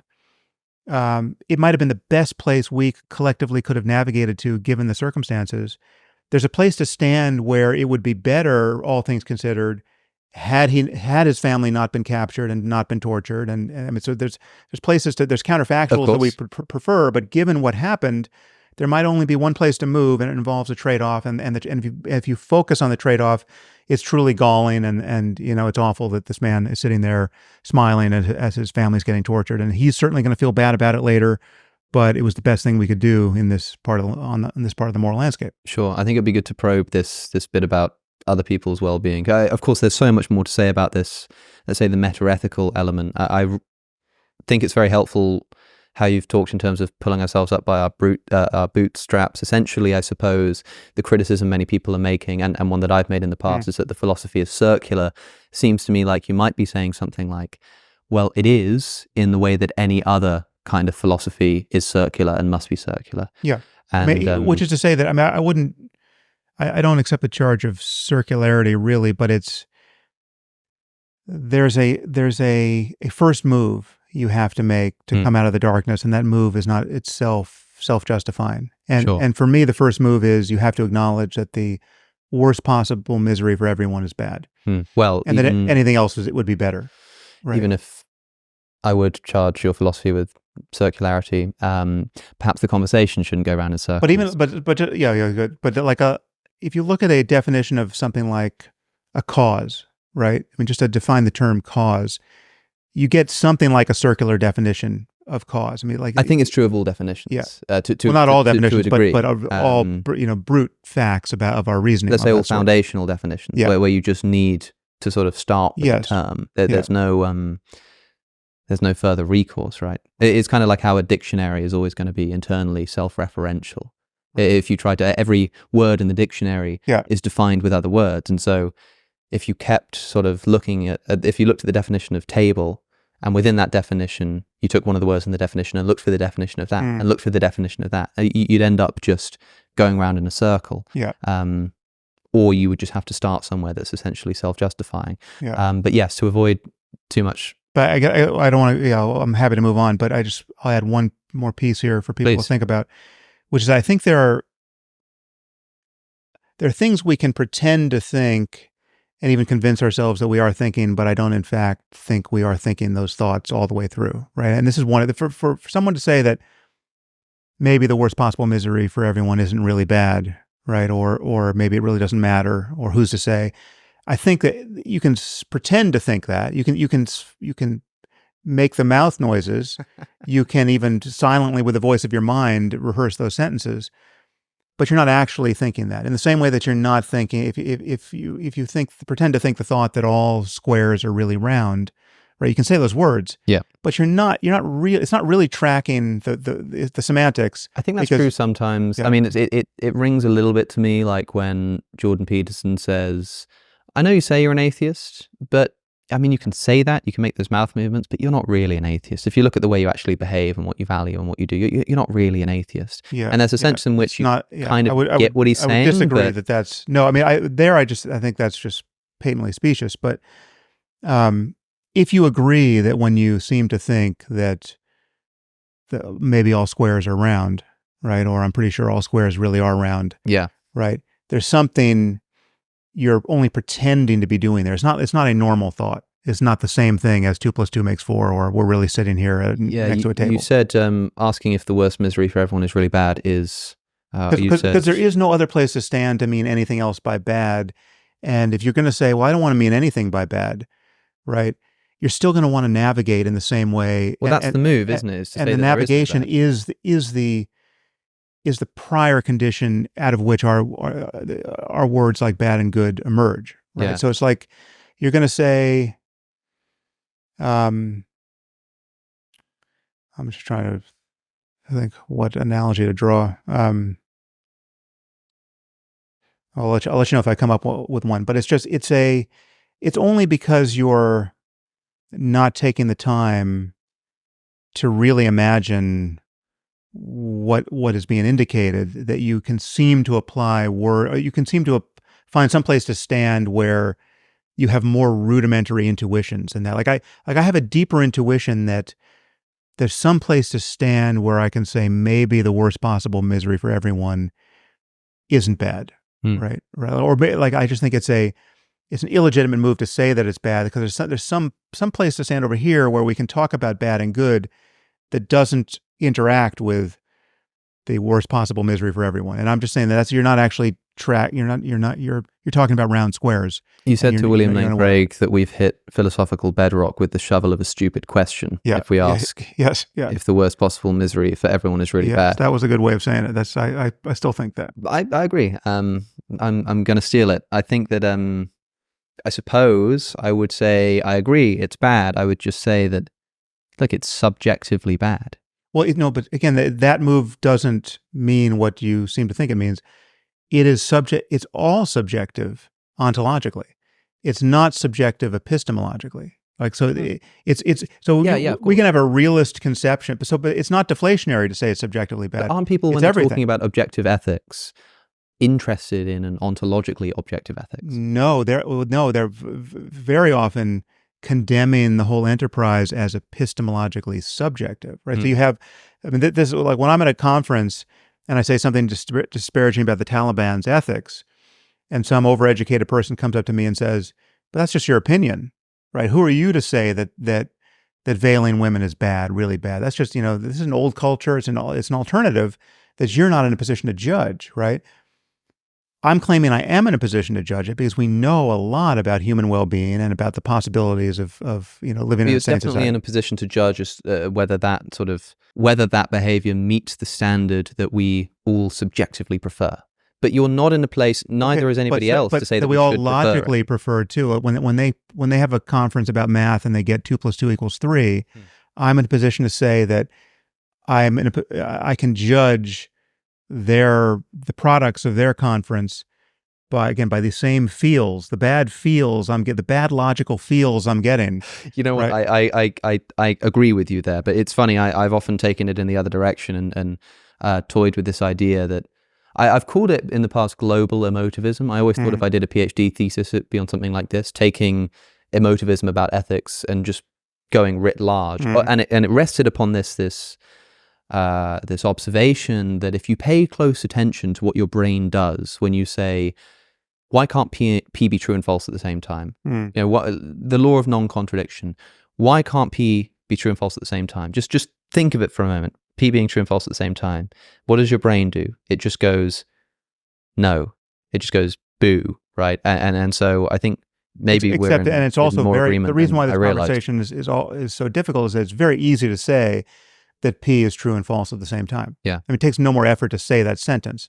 And so there are many people who say things like, well, slavery is not wrong. I can't say it's wrong. I don't prefer it, right? It's not how I want to live, right? But there's no place to stand where we can actually say that it's wrong. I'm saying that if you're actually going to do the work of trying to link the word wrong to anything that it could possibly rationally be attached to, and what you effortlessly link it to in all your other modes of living, especially when weird things happen, like you find yourself a hostage of an authoritarian dictator, and your kids are getting tortured in the next room, right? Then your feeling about the word wrong is not nearly as academically precious, and it means what it tends to mean, right? And so I'm not the move. If you want to go up toward emotion as opposed to down toward bedrock, I think I can probably go in that direction and bring everything I care about with me. I just don't think it does necessarily the work you seem to think it does. I think it gets us. The truth is, I think it's just as likely to be true. I mean, we're ungrounded on some level. I mean, we're not. All of our truth claims are happening in a space of where we don't have the foundations in hand, and in fact, coherence doesn't even require foundations, really. I mean, it's like your dictionary, right? It could all be at some level held together by itself. But the bedrock really is consciousness. The dictionary still works, right? Yeah, it's still a useful book, even if it's entirely self-referential, as everything must be. I mean, the reason why I'm not a pragmatist, pragmatism is some version of this attitude where you're essentially bracketing truth claims. You're not really saying that anything is really, really, really true. Like like your beliefs have been married to reality in a way where you can know that they're truly, tracking the map is truly tracking the territory, because you can never stand outside the circle of your beliefs and your language games so as to compare them to reality, right? All you've got are these mouth noises you're making and words like boo, and all you've got is the history of whether this has performed well or seems to have performed well in your, conversations with other people and in your, navigating the world. And are you getting what you want out of life on some level? Are your planes falling out of the air, or are they flying? At no point do you get to say, yes, this is, this propositional claim about the world is true in a way that is truly non-cultural, non-perspectival, outside of all possible language games. It's just, you just don't get that. And that's fine. But the reason why I think that still must yield to a truly realistic picture of truth claims that is wider still is because whatever population of pragmatists you give me, no matter how smart, playing their language game, we know that there's always some place to stand where they didn't know what they were missing. And in order to make that move, even to pragmatically make that move, we just have to admit that there's always space around any pragmatic conversation, right? It's just there's the physics, 5 centuries hence, which is going to show some error in the current physics, and the only way to make sense of that is to say that there's a larger space. That's not merely just a matter of conversation. It's not just a language game. So, hopefully, briefly, because I would like to move on here. Why should I care about someone else's well-being? Now, you do talk about this. I think this is in this might be in the Moral Landscape, or it might be from your reply to the critics on the Moral Landscape, where you say, if we're not able to perfectly reconcile the tension between personal and collective well-being, there is still no reason to think that they are generally in opposition. Most boats will surely rise with the same tide. It's not at all difficult to envision the global changes that would improve life for everyone. We would all be better off in a world where we devoted few of our resources to preparing to kill one another. And I think that's certainly true, that in many, if not most circumstances, raising the tide for everyone is going to be good for me. But the example you've just given, for example, everyone's better off in a world where we devoted fewer of our resources to preparing to kill one another. It's not better for everyone. It's not better for the people who are profiting from selling weapons to each other, for example. And suppose you spoke to one of those people and said, look, if we became more anti-war as a world population, the tide rises for everyone. Well, except for you, because you're going to essentially be put out of a job, but it's just a sacrifice you're going to have to make, morally speaking. And if they ask you to justify why there's any moral truth at all, you do it with reference to them putting their hand on a stove and them having this sort of feeling that there are ways that are better than not for them. They're going to say, well, hold on, how does that map onto other people? Yeah, well, so, I mean, the first answer to your question, why should you care about other people is really prior to the question. You can just notice that you do, right? That like you this is your default mode if you're not a psychopath.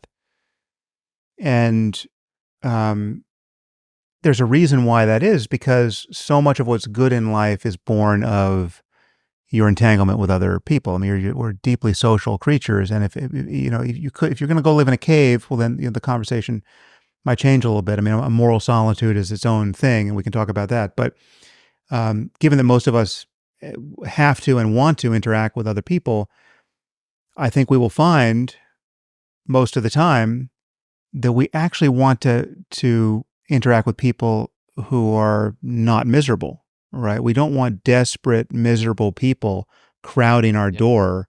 We want people who are filled with joy and creative energy and have good things to say and interesting things to say. They have the disposable wealth and time so as to do beautiful things that we appreciate. Like when you open Netflix, you want to see good shows, not terrible shows. At least you want to see some shows, and that presupposes the people who have the free time and energy to make shows, right? Because you want to be entertained by happy people, and you can see how far this extends, and it extends all the way into horizons that are fairly utopian that we have not yet experienced, but we know must be possible on some level. Yeah. Now, to say there are going to be trade-offs along the way, there will be, but the arms manufacturer has a variety of skills that apply to things other than arms, one must presume, and that person, if he's not a psychopath, could presumably be convinced that he will be happier in a world with sufficient job retraining.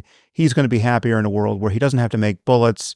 He can make some analogous technology that happy people use for happy reasons. It's conceivable that that's not the case, right? Like it's conceivable that there's just someone who actually just enjoys war. Like but then those okay. So again, that's the guy. That's the Christian fundamentalist at the physics conference who we're not inclined to take seriously. But he's not wrong about his own preferences, there, is he? No, he just might have brain damage. And if we had a completed science of the mind, we could help him, right? Like we would.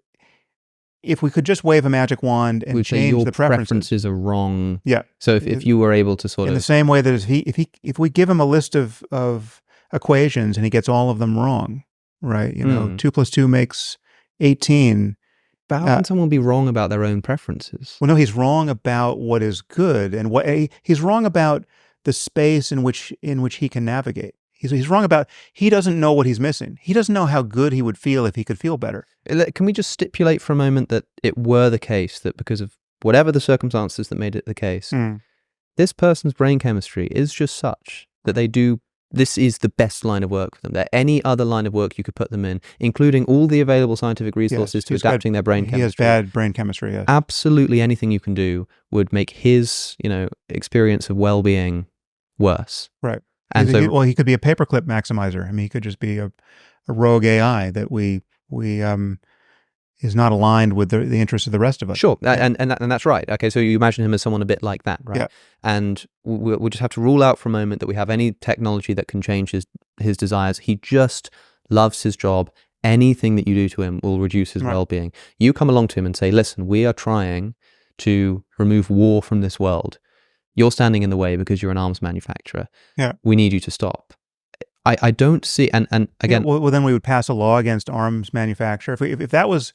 I mean, we do this all the time. If someone is sufficiently indigestible from the society's point of view with respect to what they want out of life... We just brute force it. We just put them in a room and lock the door, right? But is he wrong about anything? Well, he might be. So he could be right about everything. So it's possible for one person to be right and for all of us to be wrong. I'll grant you that. So he could be a lone moral genius who understands that if we just blow a few more things up, well, I'm not talking about him being right about the state of the world, but just right about the fact that his own well-being will be maximized by staying in that job. And we've stipulated that in this case, that is actually the case.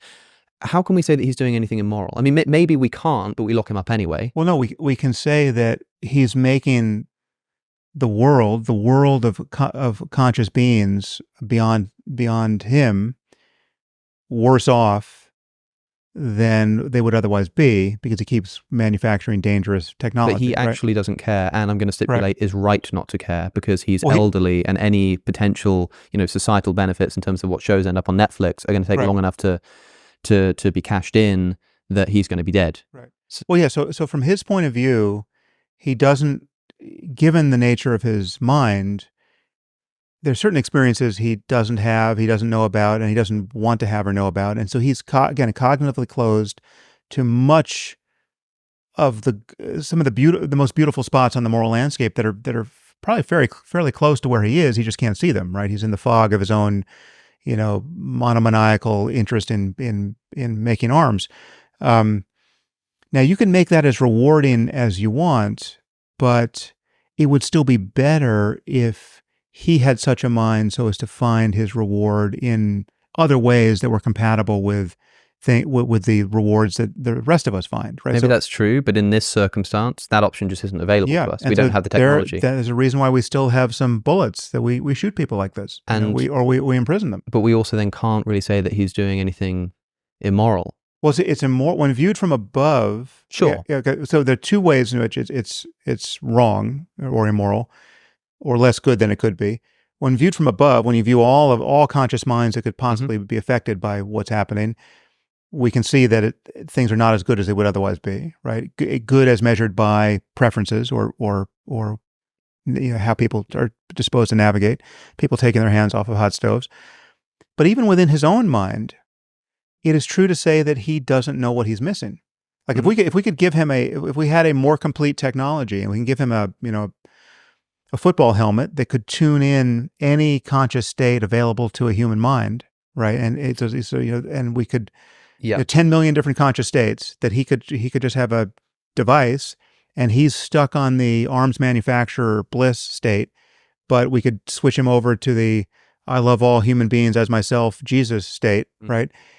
He would almost certainly prefer millions of other states to the one he's currently stuck on. Sure. And again, and that's not even admitting the fact that in a truly completed science of the mind, we could change the synaptic weights that lead to his preferences. Yeah, right? but I think there's a straightforward response to both of those cases, the individual and the sort of God's eye view.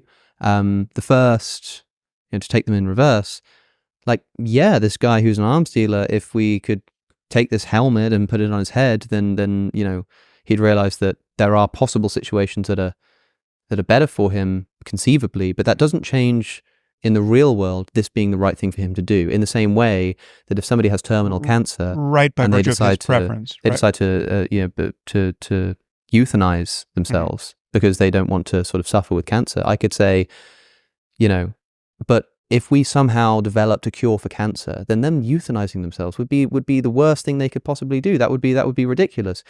And yeah, that's true. But because that technology doesn't exist, that's a different analogy, though. I mean, because I'm very charitable toward euthanasia. Of course. But you see what I'm saying? That's the right decision given the practical circumstance you're in. And you can hypothesize that if we invent this technology which changes the situation, well, it just changes the fact that he's now he's able to see what he's missing. So he can't see what he's missing.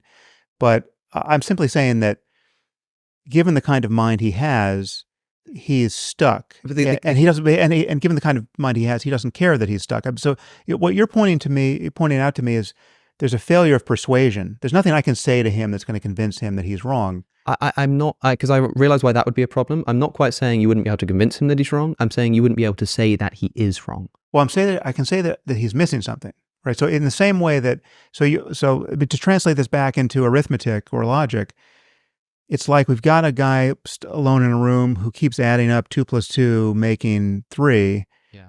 And it feels, and that feels right to him. Mm-hmm. And that's the way he sees it. And so the warm feels we get when we add it up to 4, right? It's the only way we can add it up where we feel good. Otherwise something's wrong. And we could put it into a circumstance where it really matters. Like if you're going to get on a plane and that plane's going to crash and it has a logical number of, bolts in the door, and you say, see, I put 2 here and I put 2 here, so I got 3 bolts, and I'm going to say, well, wait a minute, that's not what I'm not comfortable with what you just said. It's no, look, 2 and 2 makes 3. So we're good to go. No, I'm not getting on this plane until you start talking differently, right? That feeling of discomfort he feels in his room with anything other than 2 + 2 = 3.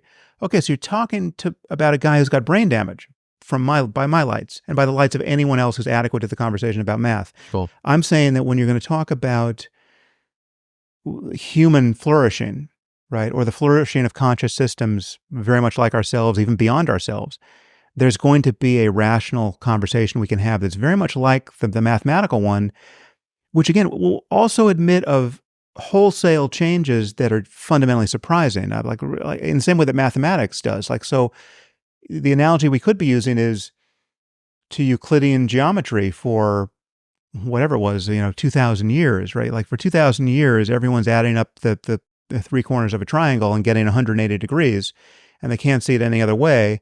And then Riemann comes along and says, actually, we've put this on a curved surface, one way or the other, you're going to get more or less. Isn't that interesting? Okay, that might have been, I actually don't know so much about the details of how long that was controversial for. It seems like it should have only been controversial for about 5 minutes, but let's say it was 5 years, right? That's still, there's a few things to notice there. One is there's a bridge from, it's radically surprising. It subverts at least the seeming character of the conversation that's been, the status quo for 2,000 years. It admits of the fact that there could be some lone cantankerous genius in a room who decides things are different, feels things are different, and then comes out and says, "Here, look how they're different," and we're all bowled over, even about fundamental things. I admit that's even true in the moral sphere. Again, if someone discovers that if you can only stay on that stove for 30 seconds, it's all good, that's an insight, that's a breakthrough, and let's all do that now.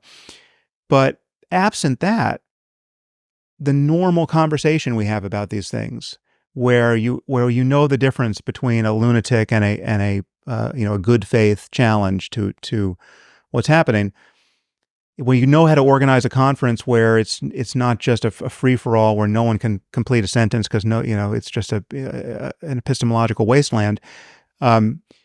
We can, in that ordinary mode where we talk about right and wrong, good and evil, it's very easy to say, this guy just doesn't get it. He doesn't understand that he'd be happier if most people were not writhing in misery.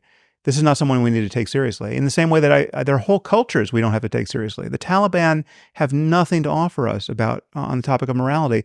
They don't have anything to offer us about science either, right? They're not the best at anything, right? And we as a culture can just, as arrogant as that sounds, we can broadcast that judgment, over everything they're doing, and then that actually leads to public policy. Or like, just how many, acolytes of the Taliban do you want immigrating into your society at this moment?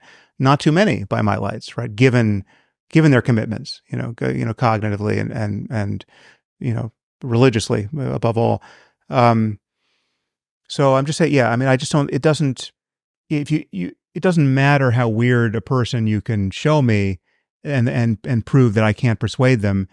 And there's still some place to stand where we can agree that they're missing something, and we're right to say that about them. How does religious belief dovetail with the moral landscape? Your ethical worldview is about minimizing suffering, maximizing well-being.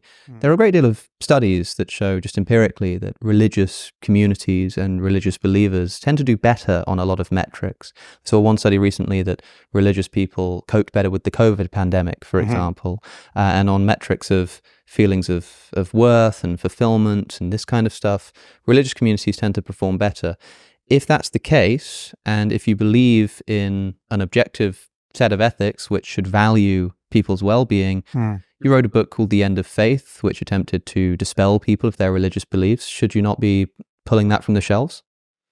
Well, so it's a big if whether or not religious communities actually do better. I mean, they do. Again, it all depends on what you mean by better in that case. But granting that they might, right? Then the question is that the best way to do that sort of better? Right? Is it actually required that you believe anything on insufficient evidence or live by one divisive dogma or another? Is that the only way to get to that high spot on the moral landscape? Right? And I think it's pretty clear that wouldn't be the case. I mean, I think it's just having a flexible conversation about reality that is responsive to changing argument and changing evidence, and being intellectually honest and not being ruled by the confirmation biases of your Iron Age ancestors. I mean, all of this tends to be so good on so many questions of importance that I think just, having a more sophisticated, modern, and honest conversation about reality, even spiritual reality, and ethics, is going to be better in the long run. I mean, that's how I would place my bet. But it's totally possible that there are circumstances where being religious is an advantage, or still an advantage, when it would one day might not be an advantage, right? I mean, it clearly evolved for some kind of beneficial reason. It wouldn't have cropped up in the mimetic landscape if it didn't serve some purpose, and maybe it's not serving that anymore. But yeah, I'm not sure. It must do something. I'm not sure about the evolutionary story here. I mean, the reason to be skeptical of the whole notion of group selection, and even leaving that aside, you could say anything you say about religion, you could say about a belief in witchcraft, right? It's cultural universal. It's been around for as long as anyone can, imagine. It obviously it interacts rather often with religion, but it's this distinct strand of belief that most of us acknowledge is almost certainly bullshit, and yet you could tell a story about its utility, right? And I'm sure there are circumstances where belief in witchcraft has some pragmatic value for an individual, even for a whole society. I mean, those communities still exist today. There are still people who will describe themselves as adherents of witchcraft, black magic, paganism, this kind of stuff, which many people view as these ancient, long forgotten religious communities, but they still exist today. And I wonder if they coped better with the COVID pandemic as well. It's hard to know. But suppose that, we could establish this, and suppose that it was specifically something about belief in the transcendent, and more than just something like secular meditation can get you. Something about belief in God really does just, fill that hole, as it were, within somebody in such a way that makes them reach a higher peak on the moral landscape. If that were the case, would you feel a moral obligation to take your book out of publication? Well, yeah, I mean, there's a lot to stipulate there, and I'm almost certain that much of it's untrue. But if it were true that there's a high spot on the moral landscape that could only be accessed by believing something that is in fact untrue, let's just make a generic case of it. But it really is higher by every. I mean, it's better. This is heaven. You get into heaven by believing something untrue, and so that any culture that would prevent you from believing that thing would be preventing you from getting into heaven. Like, let's say we just live in that sort of universe. Yeah, then I would say that there's a truly useful fiction that we would want, which is to say, well-being supersedes any narrow fixation on knowledge per se, right? And the flip side of this is, there are some things that are dangerous to know and understand correctly that I think we shouldn't know and understand correctly, or at least we shouldn't promulgate that knowledge to all of humanity. Codes. Exactly. Like, the weaponizing smallpox, I think it's bad to publish the recipe. We don't want to do that. And 3D printed, exactly. I mean, if there's some technology viruses that we could understand, it was one of Nick Bostrom's black balls, right? Like you pull balls out of the urn of invention. There are white ones that are all good. There are gray ones that have dual use. It's like nuclear technology. You can get energy and you also get bombs.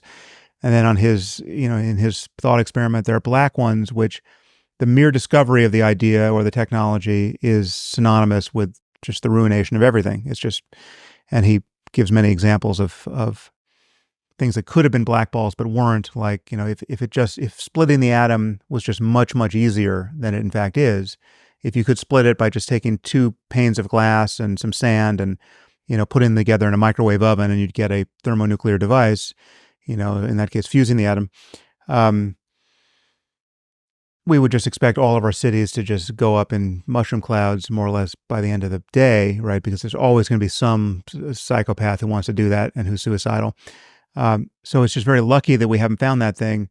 So yes, if that thing is out there, that's a species of knowledge we don't want, right? And so this is just another form of that argument, right?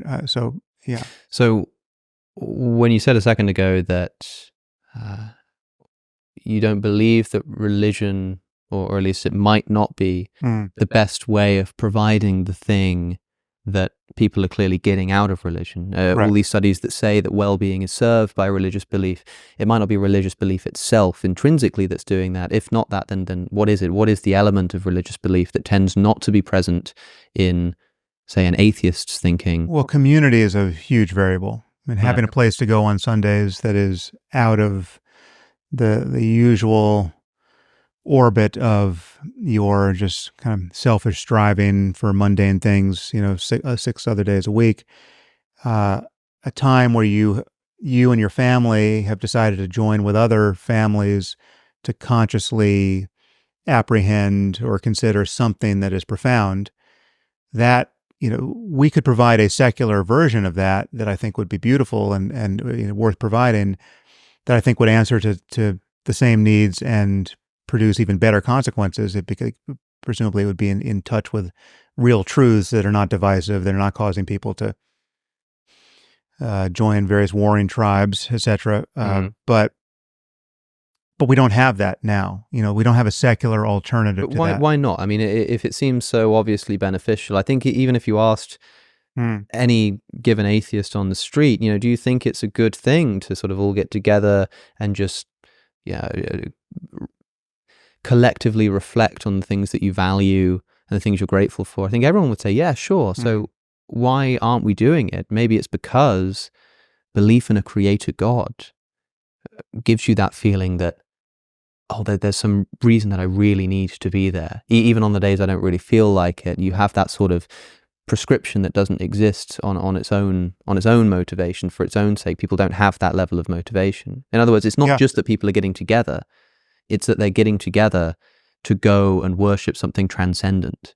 That's something that atheism can surely never provide. Well, I think it can. I mean, the transcendent is a slightly different adjective in that case. But what I think I'm talking about when I talk about the nature of consciousness and what can be experienced there beyond the sense of self, right? Like the illusoriness of the self, that whole conversation that I took up in my book, Waking Up. The result experientially, subjectively, is transcendent. Is transcendent of self. Is transcendent of the sense of confinement to self, and it has the kind of same reward function of mystical, traditionally mystical transcendent experience that was framed by a metaphysical belief system that gave it sort of a big T transcendent significance, right? I'm not indulging really in any metaphysical speculation when I talk about the character of these experiences. I'm really agnostic as to what, I'm agnostic as to how consciousness is arising based on the physics of things, and I'm agnostic as to what we could ultimately understand about reality based on introspection beyond just what it's like to be us. I mean, I think introspection gives you a fine, the more trained you are and the more aptitude you have for paying attention to the character of experience moment to moment, the more you can notice about experience. But it doesn't really put you in a position to notice things about the cosmos. You don't get truths of cosmology out of that. And what many people seem to mean by transcendent is the jump from personal experience to what happened before the Big Bang, right? Or what the Andromeda Galaxy. Where does the Andromeda Galaxy fit in to this feeling of blissfulness I have just sitting in my chair thinking about God or thinking about love or whatever it is. And I'm saying you don't have to make that jump, even if that jump could, based on certain experiences, sometimes seem warranted, right? Like it's possible to have experiences in meditation or on various psychedelic drugs where, you close your eyes and rather than just see a kind of shimmering darkness, that's the kind of the usual sort of iridescence behind your closed eyes. It's not quite dark, but you tend not to pay attention to it. You actually, that space opens up, and as you pay attention to it, it opens up into a realm of mind where there's a lot to perceive, right? It becomes a dreamscape of vivid, of percepts, right? And if some of those percepts became veridical, right, with respect to the cosmos, right, which is a big if, right? But if you could actually close your eyes and see things that then had some intersubjective value in, it's like, whether there are versions of this that have happened. There are chemists who have understood the structure of molecules based on a dream, and I mean they're weird stories, right? There are mathematicians, or I think it was Ramanujan, who got various theorems proved to him in a dream by the goddess Lakshmi, right? I mean, it's like I think Keith Richards wrote "Can't Get No Satisfaction" in his sleep. Yeah. It came to him in a dream. Yeah, but the difference there is that song only has to survive the test of our preferences in a diminished way. A proven theorem or a structure of the benzene ring or whatever it is needs to actually survive the tests that other people are going to put to it. Are you saying there's a difference between preference and objective truth? No, I'm saying, well, that's why I was careful to say that the diminished... I'm only kidding. Yeah. I think I'm a bit of a meditation skeptic. In that I've never actually meditated. I've never done it. I've never tried it. It feels to me a bit like when somebody says to me, "Have you ever tried praying?" And I think to myself, sure, I'm not like anti-praying. I just feel like I could sit down, I could put my hands together, and I could, say words to the sky. But I feel like unless I already have some credence in this actually being something, I'm literally unable to pray. Yeah. Because I don't believe in the necessary, prerequisite assumptions that one needs to have to make it an actual prayer. And I suppose I feel similarly about meditation. Like it's not something that I've ever. But it's different because it's not assuming the existence of something that you are disposed to doubt, right? So with prayer, you doubt that there's an invisible God that you could be addressing through any kind of propitiatory prayer. So and that's why I'm saying I don't make this move into metaphysics where I say that because I can experience my conscious mind free of a sense of self, that means consciousness is the substratum in which everything is arising, including this universe, and I'm experiencing the thing that preceded the Big Bang. I mean, there are people like Deepak Chopra will say things like that as a result of having an experience in meditation.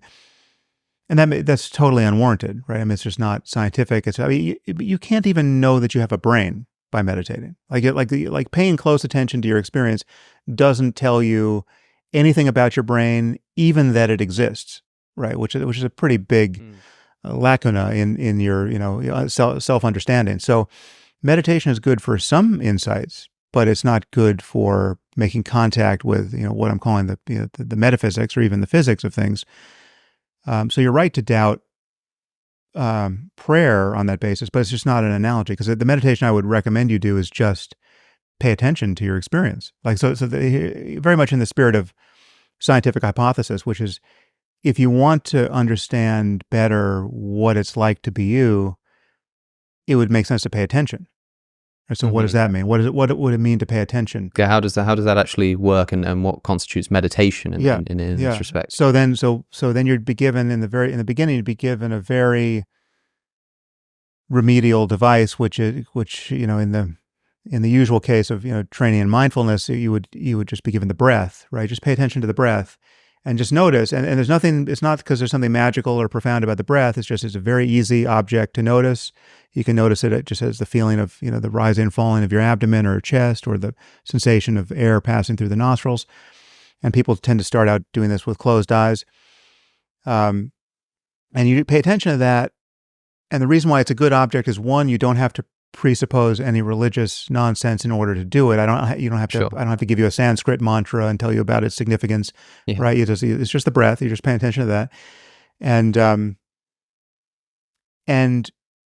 what you'll notice eventually, this could take 5 seconds, or it could take 5 days on a silent retreat where you're just trying to do this for to the exclusion of everything else for 12 hours a day. I mean, some people are harder cases than others, but what you will eventually notice is that that's actually much harder to do than you were expecting, right? So you pay attention to the breath, and you feel the movement and tension and pressure and tingling and whatever you feel with the rising of each inhalation and the falling of each exhalation.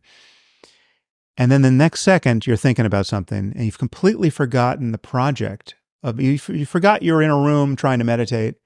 You forgot this is something you even wanted to do. You're just talking to yourself helplessly. And it's very much analogous to being asleep and dreaming and not knowing that you're dreaming. It's like a daydream where you've actually lost contact with who you are and what you're about in that moment, and you have had no reality testing riding alongside it. So it's like all of a sudden you're having an argument with someone who's not there, right? You're rehearsing the conversation you had with your girlfriend the day before, or the thing you're expecting to happen later today, and literally there's a voice in your head that is your own voice, and it feels like you, it feels like yourself, right? And you're thinking, yeah, why did she say that? I mean, I told her that, and you're in the middle, you're in medias res with a conversation that you've had with yourself probably 15 times in the last 24 hours, and it's striking you as new every time you have it. You're not impatient with yourself. You're not bored. If you were having that same conversation with anyone else, they'd be bored to tears, but you have this endless appetite to just hear the next thing that comes over the transom that's in your voice, in your mind saying, yeah, what would she think? Okay, all right, the first thing I'm going to say to her is, and the thing to realize here is that this is psychotic on two levels. One is it presupposes a kind of conversational structure that you're having with yourself that makes no sense, because if you're the one to think the thought, why, and also the one to hear the thought, why did you need to think it in the first place? You know what you're thinking, right? You're thinking it to yourself as though you're both speaker and audience, right? That split is bizarre. But two, it comes over you, and you're helplessly carried away by it, and you have no perspective on the fact that you're carried away by it. In the same way you have no perspective when you go to sleep at night and you fall asleep and you start dreaming. It's astonishing that the first minute of every dream doesn't start with, what the fuck is happening? How did I get here? I was just in my bed, and now I'm like, what's this is impossible, right? You have no reality testing, and the same thing is happening every time you think a thought. For the most part. So then, now back to the breath, right? Now, okay, so you recognize you're thinking, and you think, oh fuck, I don't know how long I was gone for. Was that 30 seconds? All right, back to the breath, and you feel the inhalation for a few seconds, and then you're going to be gone again with another thought about another thing, helplessly borne away, right?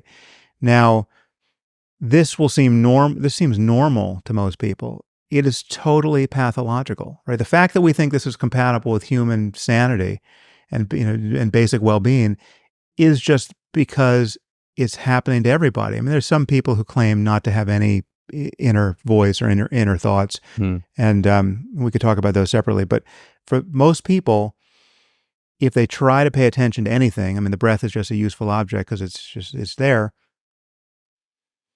They will find that it's hard to do, and it's hard to do because their attention on it is endlessly being submerged by this automatic product of discursivity, right? It's mostly linguistic, but for lots of people it can be images too, or both, and it is a kind of light dream, right?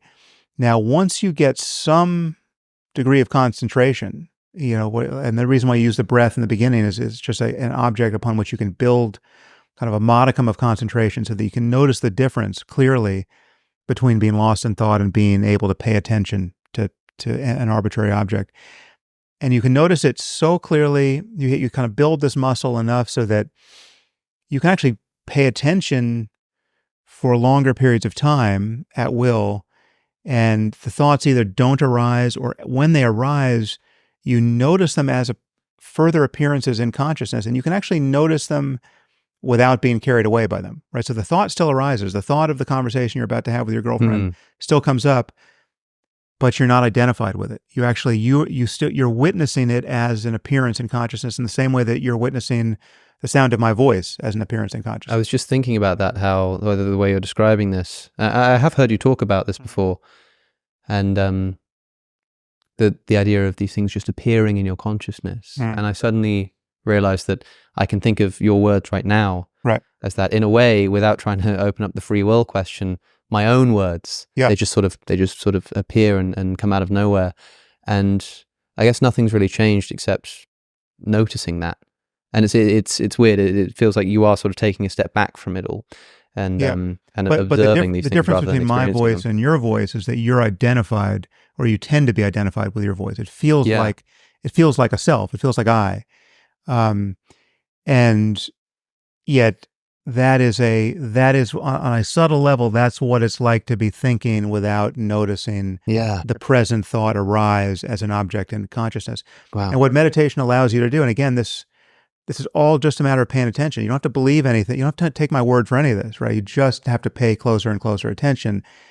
And this is, many people bounce off this whole project because it's hard to do. Like in the beginning, Right. it's hard to do, right? Like you just find, fuck, this just doesn't work. I tried meditating, didn't work for me, right? That is so, but most people in the beginning they close their eyes and they're essentially just, they think they're meditating, but they're just thinking with their eyes closed, right? They're just thinking. And occasionally they feel the breath for a second, but they're just thinking like, what good is the breath, and what's the point of this, and how long do I have to do this? And they never break the spell of identification with thought.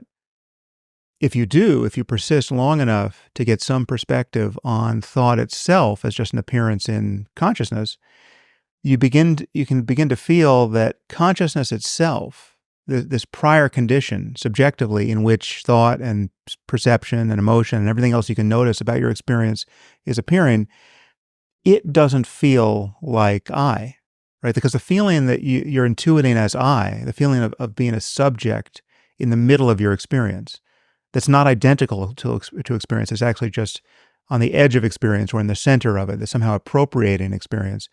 There's the kind of the unchanging center of gravity in the midst of whatever the experience, right? That sense is itself another experience. It's part of experience, right? Yeah. That little wrinkle of me is something that consciousness itself has a perspective on, and that it doesn't feel like me, right? It feels impersonal. It does not feel like a subject is shining its light of consciousness on the various other objects of experience.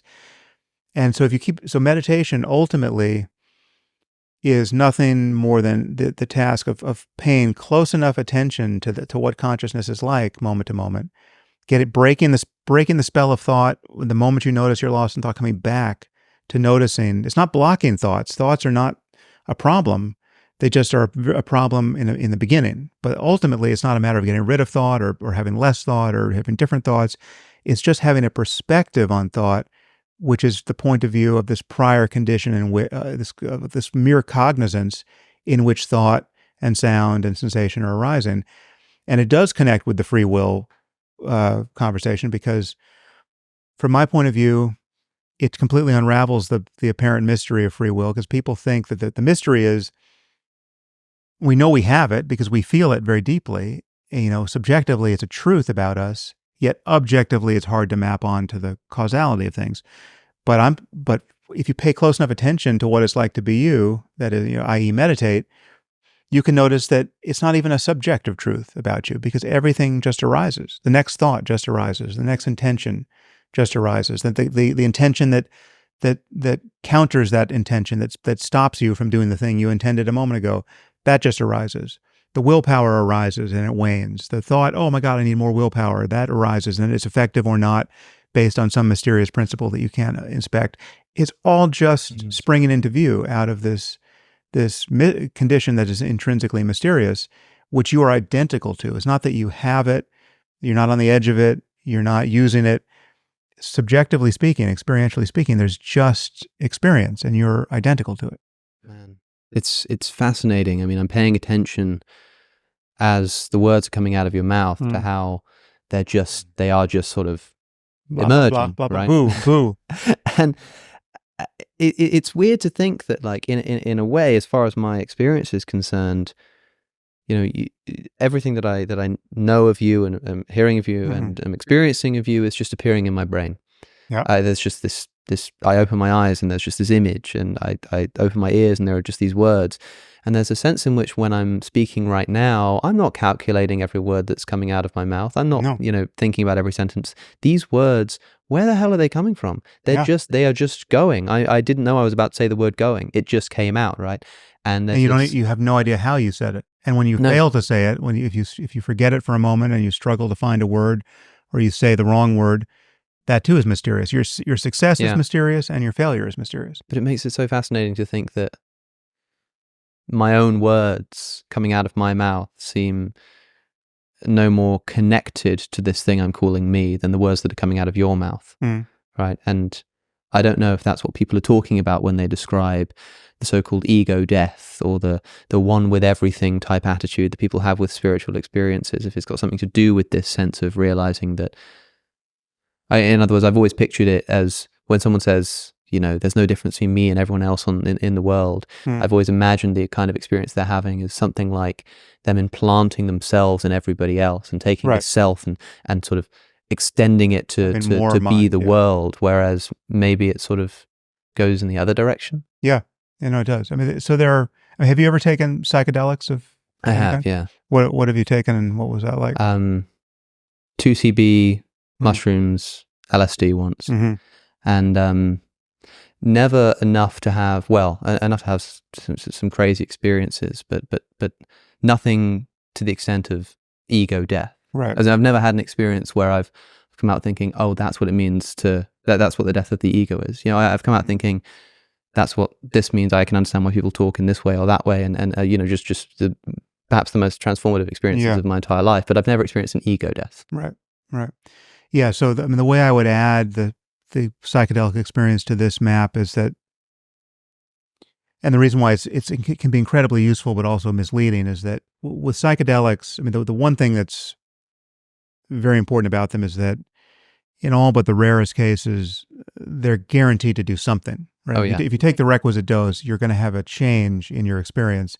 So it's not going to be no one comes away from 300 micrograms of LSD saying, well, nothing happened, right? I mean, there are actually some people who, for whatever reason, are just neurologically impervious to certain psychedelics. But in the general case, you're just not going to be bored. You're not, I mean, it could be terrifying, but something's going to happen, and it's going to happen right on schedule, right?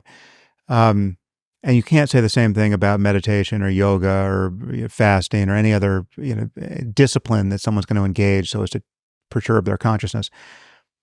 And that's why psychedelics have been so useful for people as a gateway to meditation or the contemplative life in some way, because it's the thing that proved to them that it was possible to have a very different experience of the world, assuming they had a positive experience on psychedelics.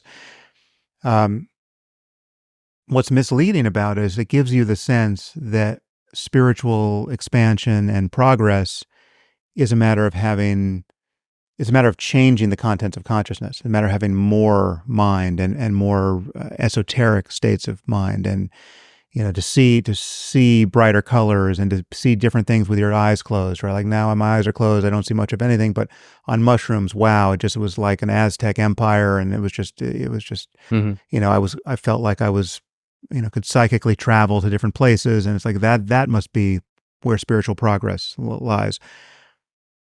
What's misleading about that is that we know that any experience you have, any qualitative change in the contents of consciousness is by definition temporary, right? I mean, first you don't have it, and then you have it, and then you don't have it, right? Because that's the nature of any experience. It's like, drinking a cup of tea or a cup of coffee or whatever. It doesn't matter how big the cup is. Eventually you drink it, and then you no longer have that tea or coffee.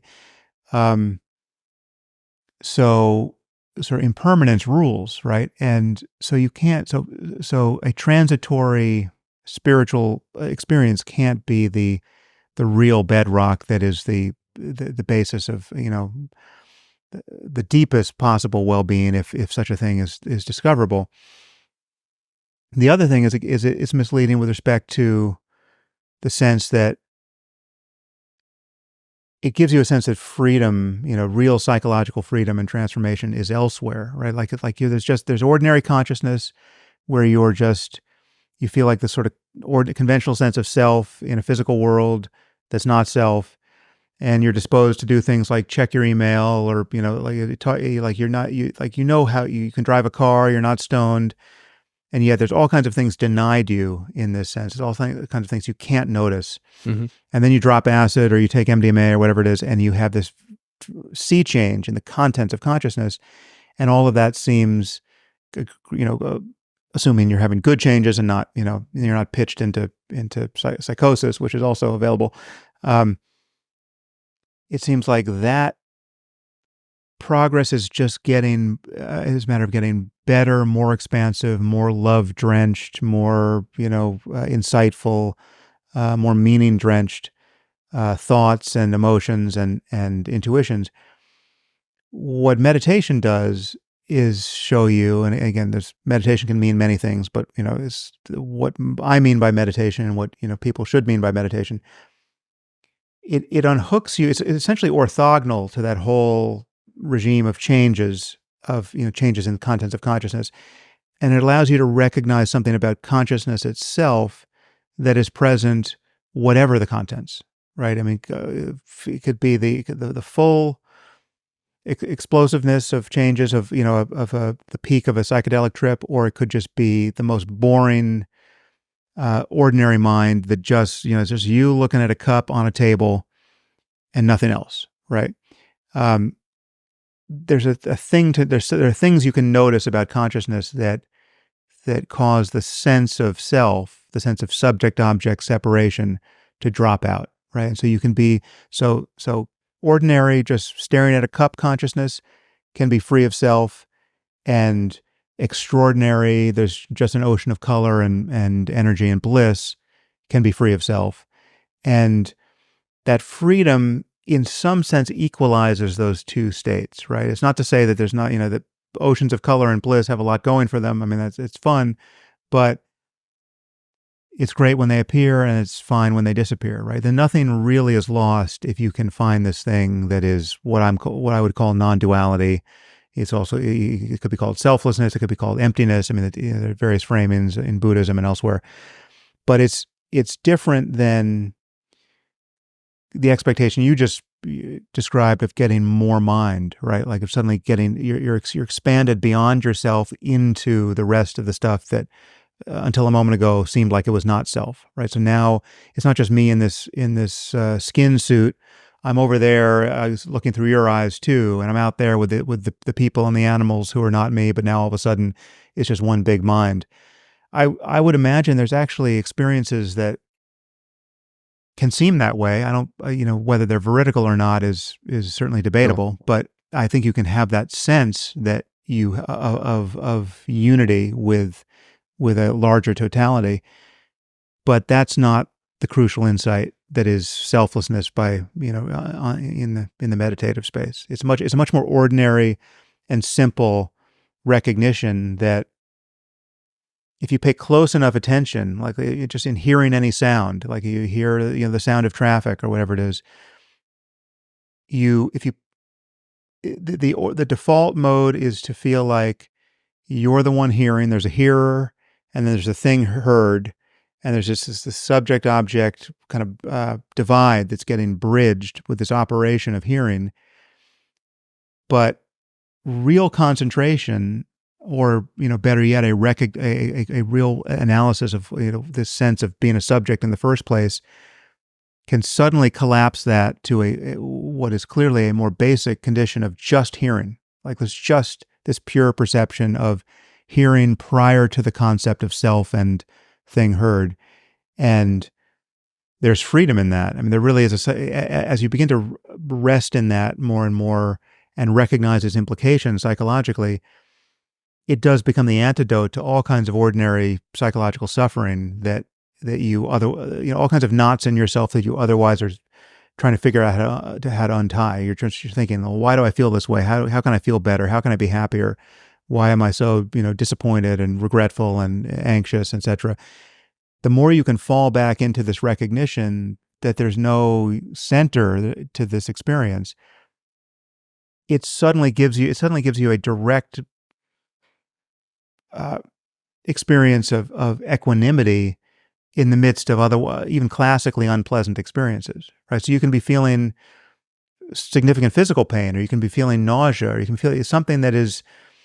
I'm not saying there's no reason to act on bad perceptions. I mean, you might have to go to the hospital, but the question is, how unhappy do you have to be at every step along the way as you're riding to the hospital or dealing with the uncertainty of what the diagnosis is, or what. Like there's this adventure that happens at the level of concepts and at the level of changes, which you can keep punctuating with a recognition of selflessness, and each recognition does actually reset you to a place of real tranquility in the midst of it. And it's a tranquility that is not dependent on any changes. It's not dependent on the next good thing happening. It's not dependent on the bad thing that's present going away. It really is. It really does, in a very paradoxical way, tend to equalize experience. And how this, I mean, I don't want to bring us back to the moral landscape, but it is somewhat, confusing how this might relate to everything I've said about the moral landscape, because everything I say about the moral landscape suggests that there really are stark differences between experiences. It really matters that your hand not be on a hot stove. There may be more to the story given the requisite ways of being in touch with what it is like to just be, in each moment, rather than become in the next moment through thought and concepts. So there's no you, there's just the sounds, the sights, the thoughts that emerge. I guess there's just experience, right? So the conventional sense is you're having an experience, right? There's you, the subject, the ego, the self. And it's important to specify what that is for most people, because I'm not saying that people are illusions. I'm not saying that you don't have a body. I'm saying, but people don't feel identical to their bodies. They feel like they're subjects that have bodies. I mean, they feel like passengers in their bodies for the most part. You feel like you're in a relationship to your body. When your body malfunctions, when you have a pain that you don't want, or you have some symptom of something that some possible disease that worries you, you're a prisoner of the body, but you're an inner subject. You're a kind of homunculus with respect to your presumed sense of what you are, from the first person side. Now we know that makes no sense neurologically, right? I mean, you're either the whole body, or your whole central nervous system, if you want to demarcate it in some way, or you're just the part of your central nervous system that is conscious, right? Wherever consciousness stops in the body, well, then that's the boundary of what you are. But most people feel like they're a subject, very likely in their head, that is, in some sense, unchanging, right? Like it's not that you notice changes, but you're noticing those changes from the point of view of being this subject that's not reducible to those changes, right? Like you feel like I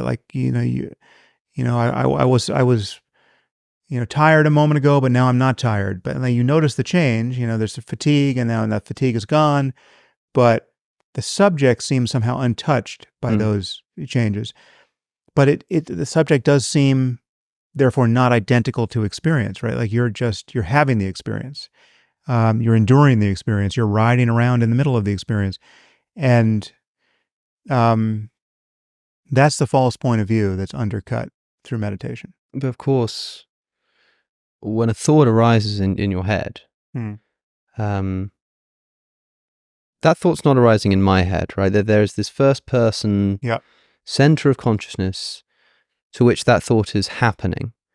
That's you and not me. If the self is an illusion, if the self doesn't exist, if there is no center there, then what is the thing that a thought like that can happen to that makes it such that you can have the thought, but I can't have your thought? Yeah, well, so that's why I said that people aren't illusions in the same way. I mean, I guess there's some perspective by which you could say that people are illusions, but not for these purposes. It's not mysterious, from my point of view, it's not mysterious that I'm thinking my thoughts and not thinking your thoughts, right? Because my thoughts, the only place for my thoughts to appear is where they are appearing in this system, this organism that is me, and you've got your own organism over there, which is you, and you. So the fact that you have your memories and I have my memories is no more mysterious than saying, I just wrote something on my palm, and it's on my palm and not on your palm, right? It's like this is just a physically instantiated thing about this system that is. It's like the pain in my knee is felt in my knee because it's a pain, and there's only one knee in the universe that feels that is giving rise to this particular pain. Yeah. And there's only one brain in the universe that is susceptible to those inputs. And so it is with my memories, and so it is with anything else that I might think. But the I part of it, the sense that it's me and mine from the point of view of a subject, that's when it becomes impersonal. That's when it becomes, because consciousness really is just the fact that anything is appearing at all. So in some sense, consciousness for me is the same as is for you, whatever you're conscious of, because consciousness is just the condition in which there is a qualitative character to anything. Right? So I just I view consciousness ultimately as deeply impersonal and in some sense transcendent. I mean, it's transcendent of the feeling of being a locus of consciousness in the head, right? You can get rid of that feeling. You can inspect that feeling such that it disappears. And what you have is a totality of appearances that includes all of your experience. It's not like your experience suddenly changes radically, but there's no center to it. You're not on the edge of it. You're not separate from it. There's just it, right? And that there's a freedom in that because you're no longer, I mean, the sense of self is a kind of contraction. It's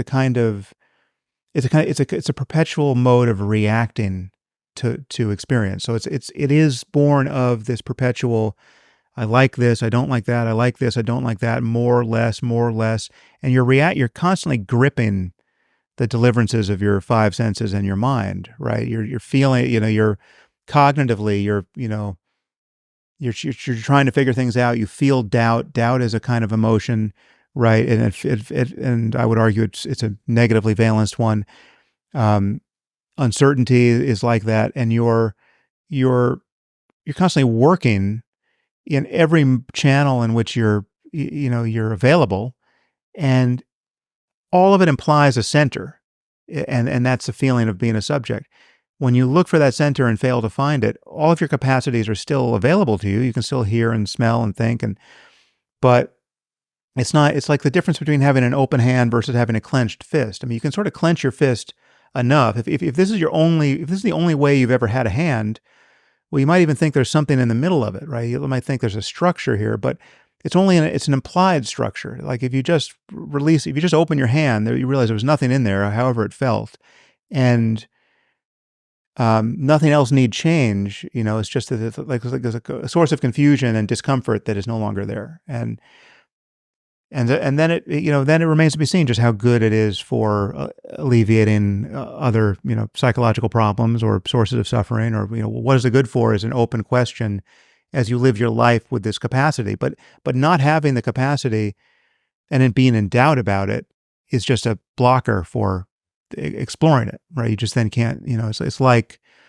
being in doubt as to whether or not, it's possible to, whatever it is, get in shape, because like the gym hasn't been invented, no one's ever figured out that just arbitrarily lifting heavy objects will change your body, and the first time someone does it and describes it, it seems totally pointless. I mean, you mean to say that with all the things you could be doing in life, you're just going over there and picking up heavy objects and putting them down to the point of discomfort, and sometimes getting injured, and you're saying this is actually good, and if you couldn't see the changes in people's bodies, if you couldn't put a photo of Arnold Schwarzenegger on the wall of the gym to show that something radically different is possible, well, then everyone we'd be 200 years into this project and still be talking about our doubts about whether or not there's a there, right? And it's just a inconvenient fact that certain changes are not visually easy to see, and that's just a problem.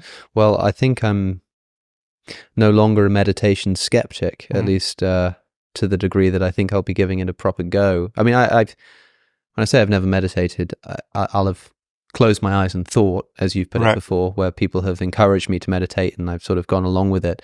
But I think a conversation like this is something like the equivalent of putting that picture on the wall of the gym, where Right. you begin to sort of paint a picture of what things can look like to a brain that reflects on these things deeply. Well, I'll add one more piece to you, for you, which is it's kind of a logical handhold that I think it should work. It's even if you were in doubt about, so the claim I'm making is that the feeling of self is vulnerable to inspection, right? If you look closely enough at it, you'll see that consciousness is a prior fact about you that doesn't actually conform to this feeling of I or me, right? Mhm. Or subjectivity. And there's one way you can see that logically, which is if feeling like I or me feels like something, that itself must be an appearance in consciousness. I mean, that there's something you're noticing about your experience that feels that way, right? And there's in the same way that you're noticing my voice as an object, it's just an appearance. The fact that you're outside my voice, being able to notice it, proves that you're not reducible to it. Yes. Right. And so it is with sensations in your body. Like the pain in your knee is not you because you're over here noticing it down there. Yeah. Right.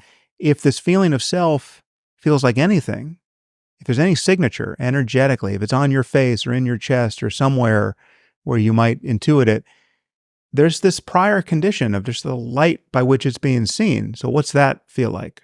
Right. And so that's anyway, that's just a concept, but that's a pointer into why it would make sense that this would be available. You know? You tried to meditate with Richard Dawkins once. Yeah.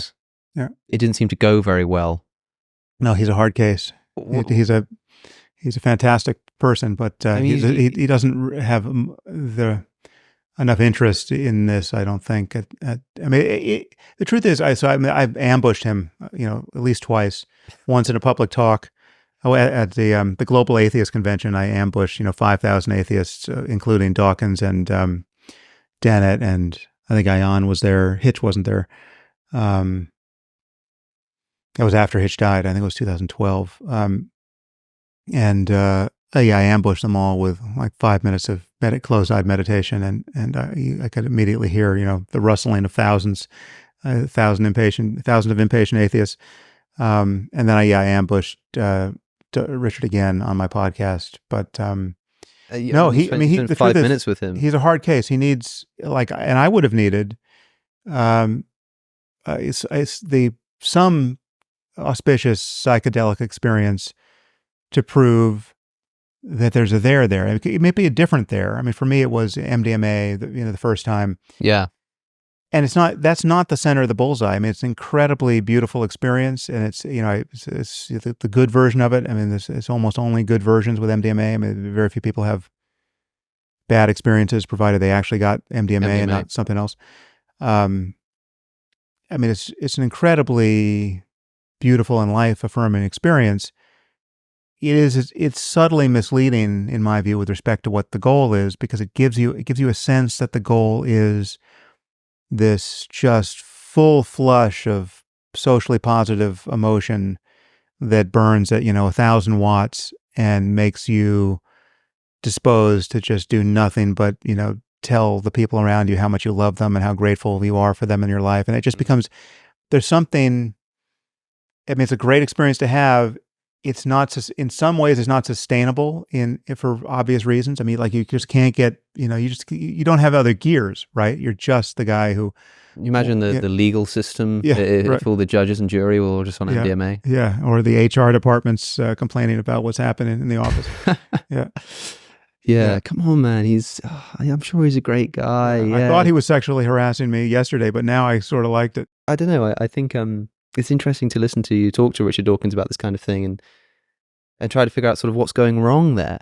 Like, well, what is it that you could give to someone like Richard Dawkins? Because you spent 5 minutes meditating with him, and afterwards he said, he was very polite about it. Yeah. He said, well, I wasn't bored, but I would be if it kept on for too long, and I don't see the point.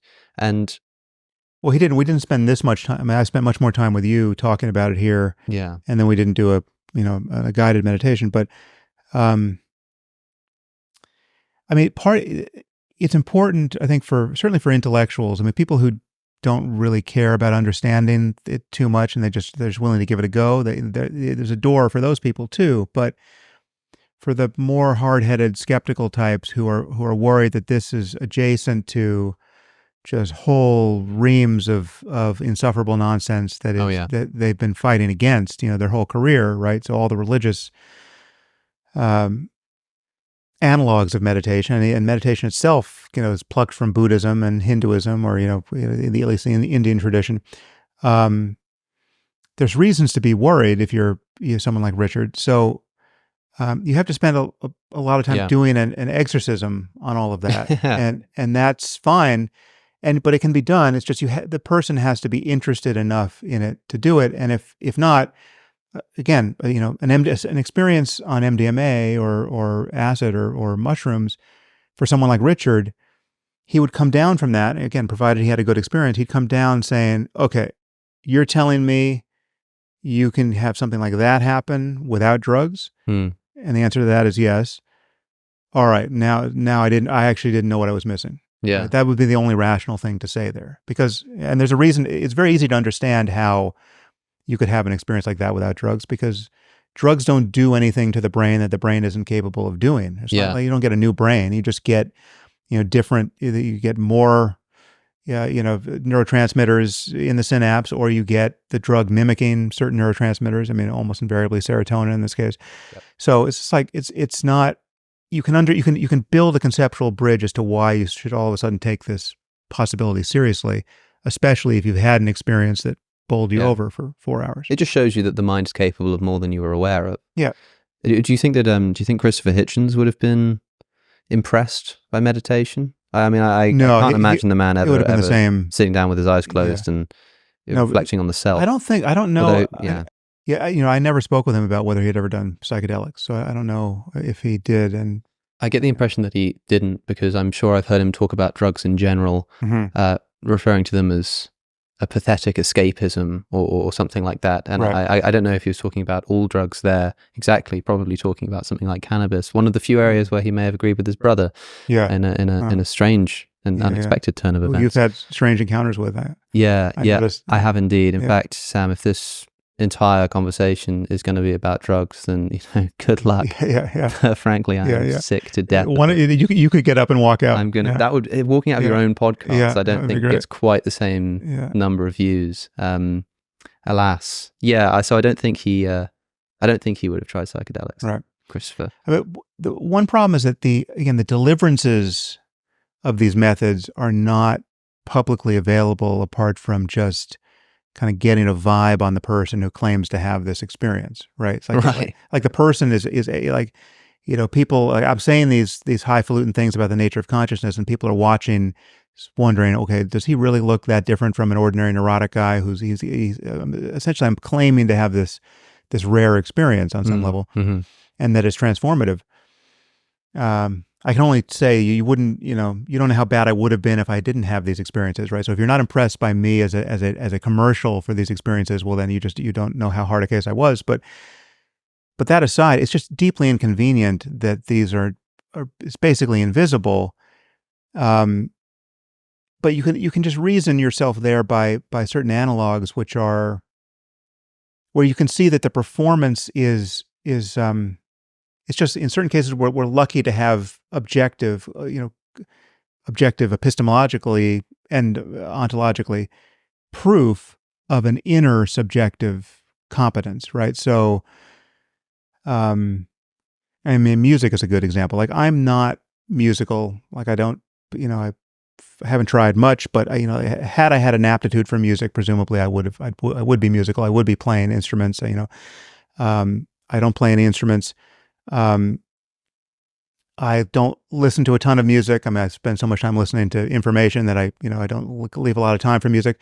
There are moments where I love listening to music, and I love it, but I just got to know that given how little I'm drawn to it, and how the fact that I don't produce it, I know there's something I'm missing. Right? I know that I'm not a genius of appreciation for music. Right? Like I'm. Most people tend to get more out of it than I do, just based on their behavior, right? But I can know this about myself sort of by analogy, just kind of looking at how people behave and looking at some people. You give them a guitar, they can produce beautiful music. That's amazing. It looks like a miracle from my point of view. I can't do it. But all the outward signs of it are not, the inner capacity is not reducible to the outward signs of it. We could live in a world where it was just all music appreciation, right? Like none of us could produce it, but some of us are getting what, the most refined musical sensibilities are currently getting out of it when they listen to it. And some of us are skeptical. Like you could listen to, and the truth is I'm somewhat skeptical, when someone's pretending to get everything, the best things conceivable out of Bach, or something that I tend not to want to listen to. I get how complicated it is. I can read about it. I can hear that it's complicated. I get that he's just this astounding genius in being able to compose it, but it's not what I feel like listening to. It doesn't answer to my preferences pretty much ever. And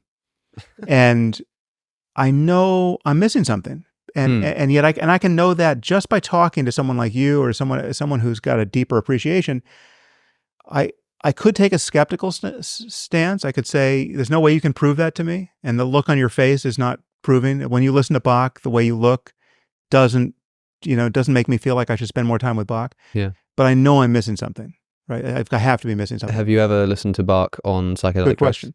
Yeah. So I know that if I listen to Bach I know that if I did a meditation retreat and I just was going to spend all my time listening to Bach, or I know that if I took acid or MDMA or a wide range of drugs, it would all change and it would be way more salient and beautiful for me. I don't know that it would become my preferred music going forward. I mean, there's all kinds of music I've listened to on, psychedelics, which, it's been, that experience was everything, right? I mean, it's like the music was absolutely sublime, but it's just Bach was not the thing I would pick. But this is just to say that, again, you can reason yourself up to the threshold of saying, like the fact that I'm not seeing a point to this just yet is not necessarily a sign that there's no point. Yeah. If you give me a guitar, I can't do anything with it. If you put me on a desert island with a guitar and no adequate instruction, you might come back in a decade and I'm still not doing much of interest with the guitar, right? I might actually not be able to play anything. It's totally possible, right? That says absolutely nothing about what's possible for beings like ourselves. And the same thing's true of meditation. Yeah. I mean, there are people for whom but it seems to be a skill. Yeah. And I don't consider myself one of those people. I may ultimately became one of those people, but I was not some kind of prodigy where in the beginning it was just, obviously, this is, I'm perfectly suited to do this. That was not the case. Well, I'll be giving it a go, and I hope that our listeners who are similarly skeptical about this whole enterprise might be considering trying it out too. It's fascinating to hear. This has been a little bit, like I said earlier, putting the picture on the wall. It's like we've talked abstractly, conceptually about the sense in which you can begin to see yourself as separate from your experiences, or the self dissipating, or whatever it may be, and that's the picture on the wall. I'm excited to try and actually get to grips with that and experience it in the same way that I can, I don't know, try and describe some intricate piece of music, but it's different from listening and actually experiencing the thing. Yeah. So Sam Harris, thank you for coming on Within Reason. It's been great fun. Yeah, great to meet you. To be continued. If you enjoyed that conversation, then you can watch more episodes of the Within Reason podcast by clicking the link on your screen. We're also on streaming platforms like Spotify and Apple Podcasts. Thanks for watching, and I'll see you in the next one.